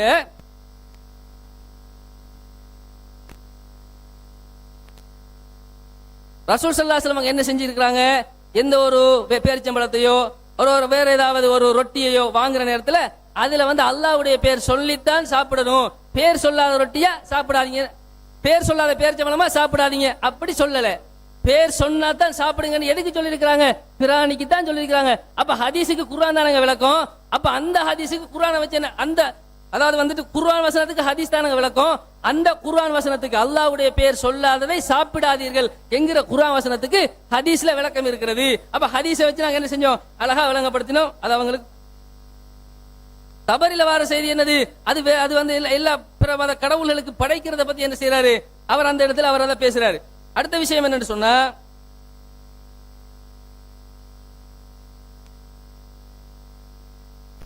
பாடசாலைகள் அதே மாதிரி ஒரு கோர்ட்டு, அதாவது வந்து ஒரு நீதிமன்றத்துக்கு போறோம், அங்க எல்லாம் நாங்க எழுப்பி நிக்க வேண்டி வருது, தேசிய கீதத்தை படிக்க வேண்டி வருது. அப்ப இதெல்லாம் என்ன அடிப்படையில் வரும், இதெல்லாம் நிர்பந்தம். எல்லாமே நிர்பந்தமா, டூத் பேஸ்ட் வாங்குற நிர்பந்தமா கேட்கறாங்கல்ல. நிர்பந்தம் என்பது அவர்களும் ஒத்துக்கொண்டதுதான். இசையை பஸ்ல கேட்டுக்கொண்டு போகக்கூடிய நிலைமையில இருக்கிறோம், பஸ்ஸை விட்டு வெளியே இறங்கிட்டு போக முடியாது. அதுக்கு என்ன கேட்டாங்க, ஒரு பஸ்ல நாங்க இசையை கேட்டுட்டு போறோம்னு சொன்னா, இப்னு உமர் ரலியல்லாஹு அன்ஹு அவர்கள் ரசூல் ஸல்லல்லாஹு அலைஹி வஸல்லம் அவர்கள் இப்படித்தான் செஞ்சாங்க, காதுக்குள்ள விரல வச்சுக்கிட்டு இருந்தாங்க அப்படின்னு நம்ம எடுத்து கேட்ட நேரத்துல என்ன கேட்டாங்க, ரசூல் ஸல்லல்லாஹு அலைஹி வஸல்லம் இப்னு உமரை பார்த்து கேட்டாங்களாம், உங்களுக்கு இசை கேக்குதான்னு கேட்டாங்களாம். அப்ப நாம என்ன சொன்னோம், ரசூலுல்லாஹி ஸல்லல்லாஹு அலைஹி வஸல்லம் கேட்டதும் செய்கையில இருக்கும், அவர்கள் பதில் சொன்னதும் செய்கைங்கிற அடிப்படையில் புரிஞ்சு கொள்ளலாம். அப்படி இல்லாவிட்டால் ரசூல் ஸல்லல்லாஹு அலைஹி வஸல்லம் காதுக்குள்ள விரல வச்சுக்கிட்டு இப்னு உமரே உங்களுக்கு அந்த இசை கேட்கிறதான்னு சத்தம் போட்டு கேட்டிருப்பாங்க. இப்னு உமர் என்ன சொல்லியிருப்பாரு, ரசூலுல்லாஹ் என்ன கேட்கிறாங்கிறத அறிந்து கொள்வதற்கு காதிலிருந்து விரல எடுத்திருப்பாங்க. அதுக்கு பிறகு ரசூல் ஸல்லல்லாஹு அலைஹி வஸல்லம் அவர்களுக்கு இப்னு உமர் என்ன சொல்லியிருப்பாரு, ஆம் கேட்கிறது அப்படின்னு சொல்லியிருப்பாரு. ஆம் கேட்கிறது இப்னு உமர் சொல்கிற நேரத்துல ரசூலுல்லாஹ்வுடைய காதுக்குள்ள விரல் இருக்குது. அப்ப அது எப்படி அவங்களுக்கு கேட்டிருக்கும், அந்த செய்கை தான். அப்ப செய்கைங்கிறத கூட என்ன செய்யறாங்கல்ல, புரிஞ்சு கொள்றாங்க இல்ல. அடுத்த விஷயம் என்னன்னு சொன்னா, 50 தப்சீர்கள் ஆதாரம் காட்டணும். 50 தப்சீர்ங்கிறாங்க. இந்த 50 தப்சீர் இல்ல, நீங்க 50,000 தப்சீரை காட்டினாலும் சரி, எல்லாம் அந்த இப்னு அப்பாஸ் சொன்னதை வச்சுதான். ஏன் தெரியுமா, இப்னு அப்பாஸ் தான் ரயீசுல் முஃபஸ்ஸிரின் என்று பெயர் பெற்றவர். ரசூலுல்லாஹ்வுடைய காலத்திலேயே வாழ்ந்தவர். ஜாஹிலிய காலத்துல ஒரு மொழி எதற்கு பயன்படுத்தப்படுகிறதுங்கிறத அறிஞ்சவர். அதனால அவர் சொல்லிட்டாரு, எனவே அவர் சொன்னா கரெக்டா தான் இருக்கும் என்ற காரணத்தினாலதான் பின்னால வந்த தபரி, பகவி, ஆலூசி எல்லாம் சொன்னது. நீங்க சொல்லக்கூடிய தப்சீர் முகாத்தில் எல்லாம் அதை சொன்னதுதான். அப்ப அந்த ஒரு அடிப்படையை கூட என்ன செய்யறாங்கல்ல, புரிஞ்சு கொள்றாங்கல்ல. இப்னு அப்பாஸினுடைய செய்தி பலவீனம் அப்படிங்கிறது என்ன செஞ்சோம், தெளிவான முறை நிரூபிச்சோம். அது மட்டும் இல்லாம வந்து நூன் மற்றும் கா போன்ற இந்த விஷயங்களுக்கெல்லாம் அவங்க வந்து வேற அர்த்தம் சொல்லியிருக்கிறாங்க. நூன்னு சொன்னா பூமியினுடைய 7 பூமிக்கு கீழே இருக்கிற மீன் அப்படின்னு எழுதி வச்சுக்கிறாங்க. இதான தப்சீர் அப்படின்னு கேட்டோம். அதே மாதிரி என்ன கேட்டோம், காஃப் சொன்னா அல்லாஹ்ன்ற அர்த்தம், யா காஃப் அல்லாவே அப்படி கூப்பிடலாமா? அல்லாஹ்வுக்கு காபண்டு பேர் இருக்கிறதா? சாத் என்று சொன்னா அதுக்கு வந்து சதக்கல்லான்னு அர்த்தம் இருக்கிறதா? தாஹான்னு சொன்னா ஏய் மனிதனே அர்த்தம் இருக்கிறதா? இப்படி எல்லாம் அதனுடைய அர்த்தம் என்று சொல்லி இருக்கிறாங்க. நீங்க என்ன சொல்றீங்க? அர்த்தம் சரியா செய்வாங்க, விளக்கம் தான் பிள்ளையா கொடுப்பாங்கிறீங்க. அர்த்தத்திலேயே உளறி இருக்கிறாங்களேன்னு கேட்டதுக்கு அதுக்கு நாங்க பொறுப்பு இல்லைங்கிறாங்க. என்ன பதில்? அப்ப கருத்து விஷயத்துல வந்து தப்பு செய்ய மாட்டாங்கன்னு சொன்னீங்களே, கருத்து விஷயத்துல சரியாத்தான் செய்வாங்கன்னு சொன்னீங்களே, அதெல்லாம் அப்படி அடிப்படையெல்லாம் போயிருச்சு. அடுத்து என்னன்னு சொன்னா, இந்த சாயிபா ஹாம்னு சொல்லி ஒட்டகம் இருக்குதுல்ல, இந்த சாயிபா ஹாம்ங்கிற ஒட்டகத்தை பொறுத்த வரையில அது அல்லாஹ் தஆலா என்ன சொல்றானாம், அந்த ஒட்டகத்தை யாரு வந்து படைச்சாங்களோ, அந்த படைச்ச செயல் சிறுக்காக இருக்கிறதோ, அந்த செயலுக்காக வேண்டி அவங்க நரகத்துக்கு போவாங்க. என்ன செஞ்சாங்களாம்? படைச்சுவிட்டு பால் கறக்கிறது ஹராம்னு சொன்னாங்களாம், பயணம் செய்வது ஹராம்னு சொன்னாங்களாம். பால் கறக்கிறதும் பயணம் செய்வதும் ஹராம் என்று சொன்ன காரணத்தினால அவர்களை அல்லாஹ் தஆலா நரகத்துல போடுறானுங்கிறாங்க. எப்படி விளக்கம் பாத்தீங்களா? அந்த அந்த குர்ஆன்ல அந்த குர்ஆன் வசனத்துல அப்படி ஒரு வாக்கியம் இருக்குதா? குர்ஆன்ல என்ன வருகிறது? மா ஜஅலல்லாஹு மின் பஹீரத்தின் வலா சாயிபத்தின் வலா வசீலத்தின் வலா ஹாமின். அல்லாஹ் தஆலா பஹீராவையோ சாயிபாவையோ வசீலாவையோ ஹாமையோ அல்லாஹ் தஆலா ஏற்படுத்தவில்லை. வலாக்கின்னல்லதீன கஃபரு யஃப்தரு அலல்லாஹில் கதிப். இறை மறுப்பாளர்கள் தான் என்ன செஞ்சிருக்கிறாங்க, இதையெல்லாம் உண்டாக்கி இருக்கிறாங்கன்னு அல்லாஹ் சொல்றான். அதைத்தானே நாங்களும் சொல்றோம். இந்த வசனத்தில் அல்லாஹ் தஆலா ஹராம் என்று சொல்லவில்லை, அவர்கள் செய்தது தப்பு என்று சொல்கிறான். ஆனா எதுக்காக வேண்டி நரகத்துக்கு போறாங்க? அவங்க வந்து அல்லாஹ்வின் மேல நேர்ச்சை வச்சதுக்காக என்ன செய்யறாங்க? அவங்க நரகத்துக்கு போறாங்க. அல்லாஹ்வின் மேல கிட்டு கட்டின காரணத்தினால நரகத்துக்கு போறாங்க. இப்ப சாதாரணமா யோசிச்சு பாருங்க, ஒரு வாழைப்பழத்தையோ பொங்கலையோ ஒருத்தர் வந்து பிற தெய்வத்துக்கு படைக்கிறார் என்று சொன்னா படைக்கக்கூடிய செயல் ஹராம். படைத்த காரியத்தினால் அவர் என்ன செய்வாரு? அவர் அல்லாஹ்விடத்தில் நரகத்தை சந்திப்பாரு. ஆனா அந்த பொருள் சிறுக்கா இல்லையா? அந்த பொருள் சிறுக்குங்கிற வட்டத்துக்குள்ள வருமா வராதா? அதுக்கு வேற ஆதாரம். அவர் படைச்சது ஹராம் என்பதற்கு, அந்த அந்த செயல் சிறுக்கு என்பதற்கு அந்த ஹதீஸ் அந்த வசன ஆதாரமாக இருக்கிறது. அதனை சாப்பிடுவது ஹராம் என்பதற்கு அந்த குர்ஆன் வசன ஆதாரமாக இருக்கிறது. ஒன்றுக்கு ஒன்றை ஆதாரமாக வைத்து விளக்கமாக வைத்து தான் என்ன செய்யணும்? அந்த அர்த்தத்தை எடுக்கணும் அப்படின்னு நம்ம சொல்றோம். அதே மாதிரி கடைசியான விஷயம் சொன்னா, நாங்க வந்துட்டு ஆதாரம் மட்டும் கேட்டோம் இவங்கள்ட்ட. இப்னு அப்பாஸ் சம்பந்தமான ஆதாரத்தை கேட்டோம். சாஃப்ட் காப்பி தருவோம்னு சொன்னாங்க. எங்களுடைய கையில என்ன செய்யல, தரல. அப்ப இவ்வளவுதான் அவங்களுடைய அடிப்படைங்கிறத நீங்க என்ன செய்யணும்? புரிஞ்சு கொள்ளணும். அதே மாதிரி நீங்கள் நேர்மையானவர்கள், இதுக்கு முன்னால இருந்த ஜமாத்துல நேர்மையா தான் நடந்தீங்கன்னு ஒரு கருத்து பில்டப் கொடுத்தீங்க. ஆனால் நீங்கள் கர்கதி என்ற ஹதீஸை மறுக்கிற விஷயத்துல பிஜேவை தக்லீது பண்ணித்தான் மறுத்தீர்களே தவிர பிஜே மறுக்காமல் நீங்கள் மறுக்கவில்லை. இல்லை என்றால் சத்தியம் பண்ணுங்கள் என்று கேட்டோம். அவருக்கு சந்தர்ப்பம் இருந்தது, சத்தியம் கூட பண்ணவில்லை, ஆதாரம் தரவில்லை. இவர்கள் சத்தியத்திலேயே இல்லை என்பதற்கு அல்ஹம்துலில்லாஹ் மிகப்பெரிய ஒரு ஒரு சான்றாக இந்த விவாதம் மாறி இருக்கிறது. அன்புக்குரிய சகோதரர்களே, அதோடு சேர்த்து கடவுளுக்கு முன்னால் படைக்கிற விஷயத்தில் சரி, உணவு சம்பந்தப்பட்ட விஷயத்திலாவது இவங்க உணவு மெயினாக உணவு அதிலையாவது பிஜே ஆரம்பத்தில் உணவு விஷயத்தில் ஹராம், மொத்தமாக உணவு எதெல்லாம் படைக்கப்பட அதெல்லாம் ஹராம். அந்த வகையில் அதில் வந்து பிராணியை தவிர மற்றதெல்லாம் வந்து சாப்பிடலாம், அதை வந்து அனுமதி இருக்கிறது ஏதாவது சொன்னாங்களா? அந்த விஷயத்தில் மற்ற வகையில் விடுங்க. உணவு விஷயத்தில் அப்போ அந்த பிராணி மற்ற வகையெல்லாம் எல்லாம் சேர்த்த வகையில் உணவு விஷயத்தில் ஆரம்பத்தில் பிஜே நாங்கள் ஒரு கருத்தில் இருந்தானே, அந்த விஷயத்திலேயாவது ஒரு ஆதாரத்தை நிறுவினார்களா, காட்டினார்களா? ஒண்ணுமே கிடையாது. எனவே இந்த சத்தியத்தை பொறுத்த வரைக்கும் இந்த வாதம் கடைசி வரைக்கும் நிலைநாட்டப்பட்டிருக்கிறது. பூஜை உணவு விஷயத்துல வந்து இதை வந்து சாப்பிடலாம் என்பதற்கு ஒரு செய்தியை கூட காட்டவில்லை என்ற அடிப்படையை மக்கள் புரிந்து கொள்வார்கள். இந்த பிரஸ் கிரஸ் அதெல்லாம் ஒரு பக்கம் வைங்க, உணவு விஷயத்திலாவது செய்யல நிலைநாட்டல் என்ற அடிப்படையை வந்து இந்த சபை எங்களுக்கு நிரூபித்திருக்கிற என்ற அடிப்படையை புரிந்து கொள்வது. அதே மாதிரி வந்து வமா ஜுயில மா அப்படிங்கிற வசம் வமா உஹில்ல என்ற அர்த்தமும் வமா ஜுயிலங்கிற அர்த்தமும் ஒன்றுதானா அப்படின்னு கேட்டாங்க. ஆமா, ரெண்டு ஒன்றுதான். வமா ஜுயில அப்படி அதாவது வந்துட்டு மாஜா அதாவது வந்துட்டு வமா ஜுய் என்ன வசனம் மா ஜஅலல்லாஹு வமா உஹில்ல பிஹி லிகைரில்லா, அல்லாஹ் அல்லாதவர்களுக்காக படைக்கிறது அப்படின்னு வருது இல்ல. அதுக்கு விளக்கம் அல்லாஹ் தஆலா எப்படி சொல்றான்னு சொன்னா, வயஜாலூன லிமா லா யஅலமூன, அல்லாஹ் அல்லாத போலி தெய்வத்திற்காக வேண்டி தங்களுடைய ரிஸ்குகளை எல்லாம் கொண்டு போய் படைப்பாங்க. அப்ப ஜால என்று சொன்னா என்னது? வயஜாலூன லிமா லா யஅலமூன, போலி தெய்வத்துக்காக அதை ஆக்குவாங்க, படைப்பாங்கன்னு தான் இருக்குது. அங்க என்ன வருது? வமா உஹில்ல, அல்லாஹ் அல்லாத தெய்வத்துக்காக அதனை வந்து அர்ப்பணிப்பார்கள் இருக்கிறது. அர்ப்பணிக்கிறதும் படைக்கிறதும் ஆக்குறதும் ஒன்றுதான், எல்லாம் உரித்தாக்குறது. போலி தெய்வத்துக்காக வேண்டி என்ன செய்யறது? ஒரு பொருளை கொண்டு போய் உரித்தாக்குறது, அல்லாஹ் அல்லாதவர்களுக்காக வேண்டி ஒரு ஒரு இஹ்லால் பண்றது. அஸ்ஸலாமு அலைக்கும். விவாதம் நிறைவடைந்துள்ளது. 5 நிமிடம் இருந்து தாமதம் வச்சு போக வேண்டும். அத்தோடு நான் இந்த இடத்துல டைம் மெயின்டைன் பண்ணக்கூடிய ஒரு ரெஃபரியாகத்தான் இருந்தில்லாமல் யாருடையும் ஒரு பக்கத்தை நான் எடுக்கவில்லை. நான் டைம் கீப்பிங் பண்ணுறதை தவிர வேறு எந்த ஒரு வேலையும் செய்யலைன்றதை நான் இந்த இடத்துல பதிஞ்சு கொள்கிறேன். அதாவது ஆதாரங்களில் கோமாறு பண்ணுறதுக்காக வேண்டிய ட்ரான்ஸ்ஃபர் பண்ணுறது இது போன்ற எதுவும் நான் செய்யலைன்றதை நான் சொல்லிக்கொள்கிறேன். அடுத்தது நான் வாட்ஸ்அப் பாவிக்கக்கூடிய ஃபோன் இன்டேக்கு நான் கொண்டு வர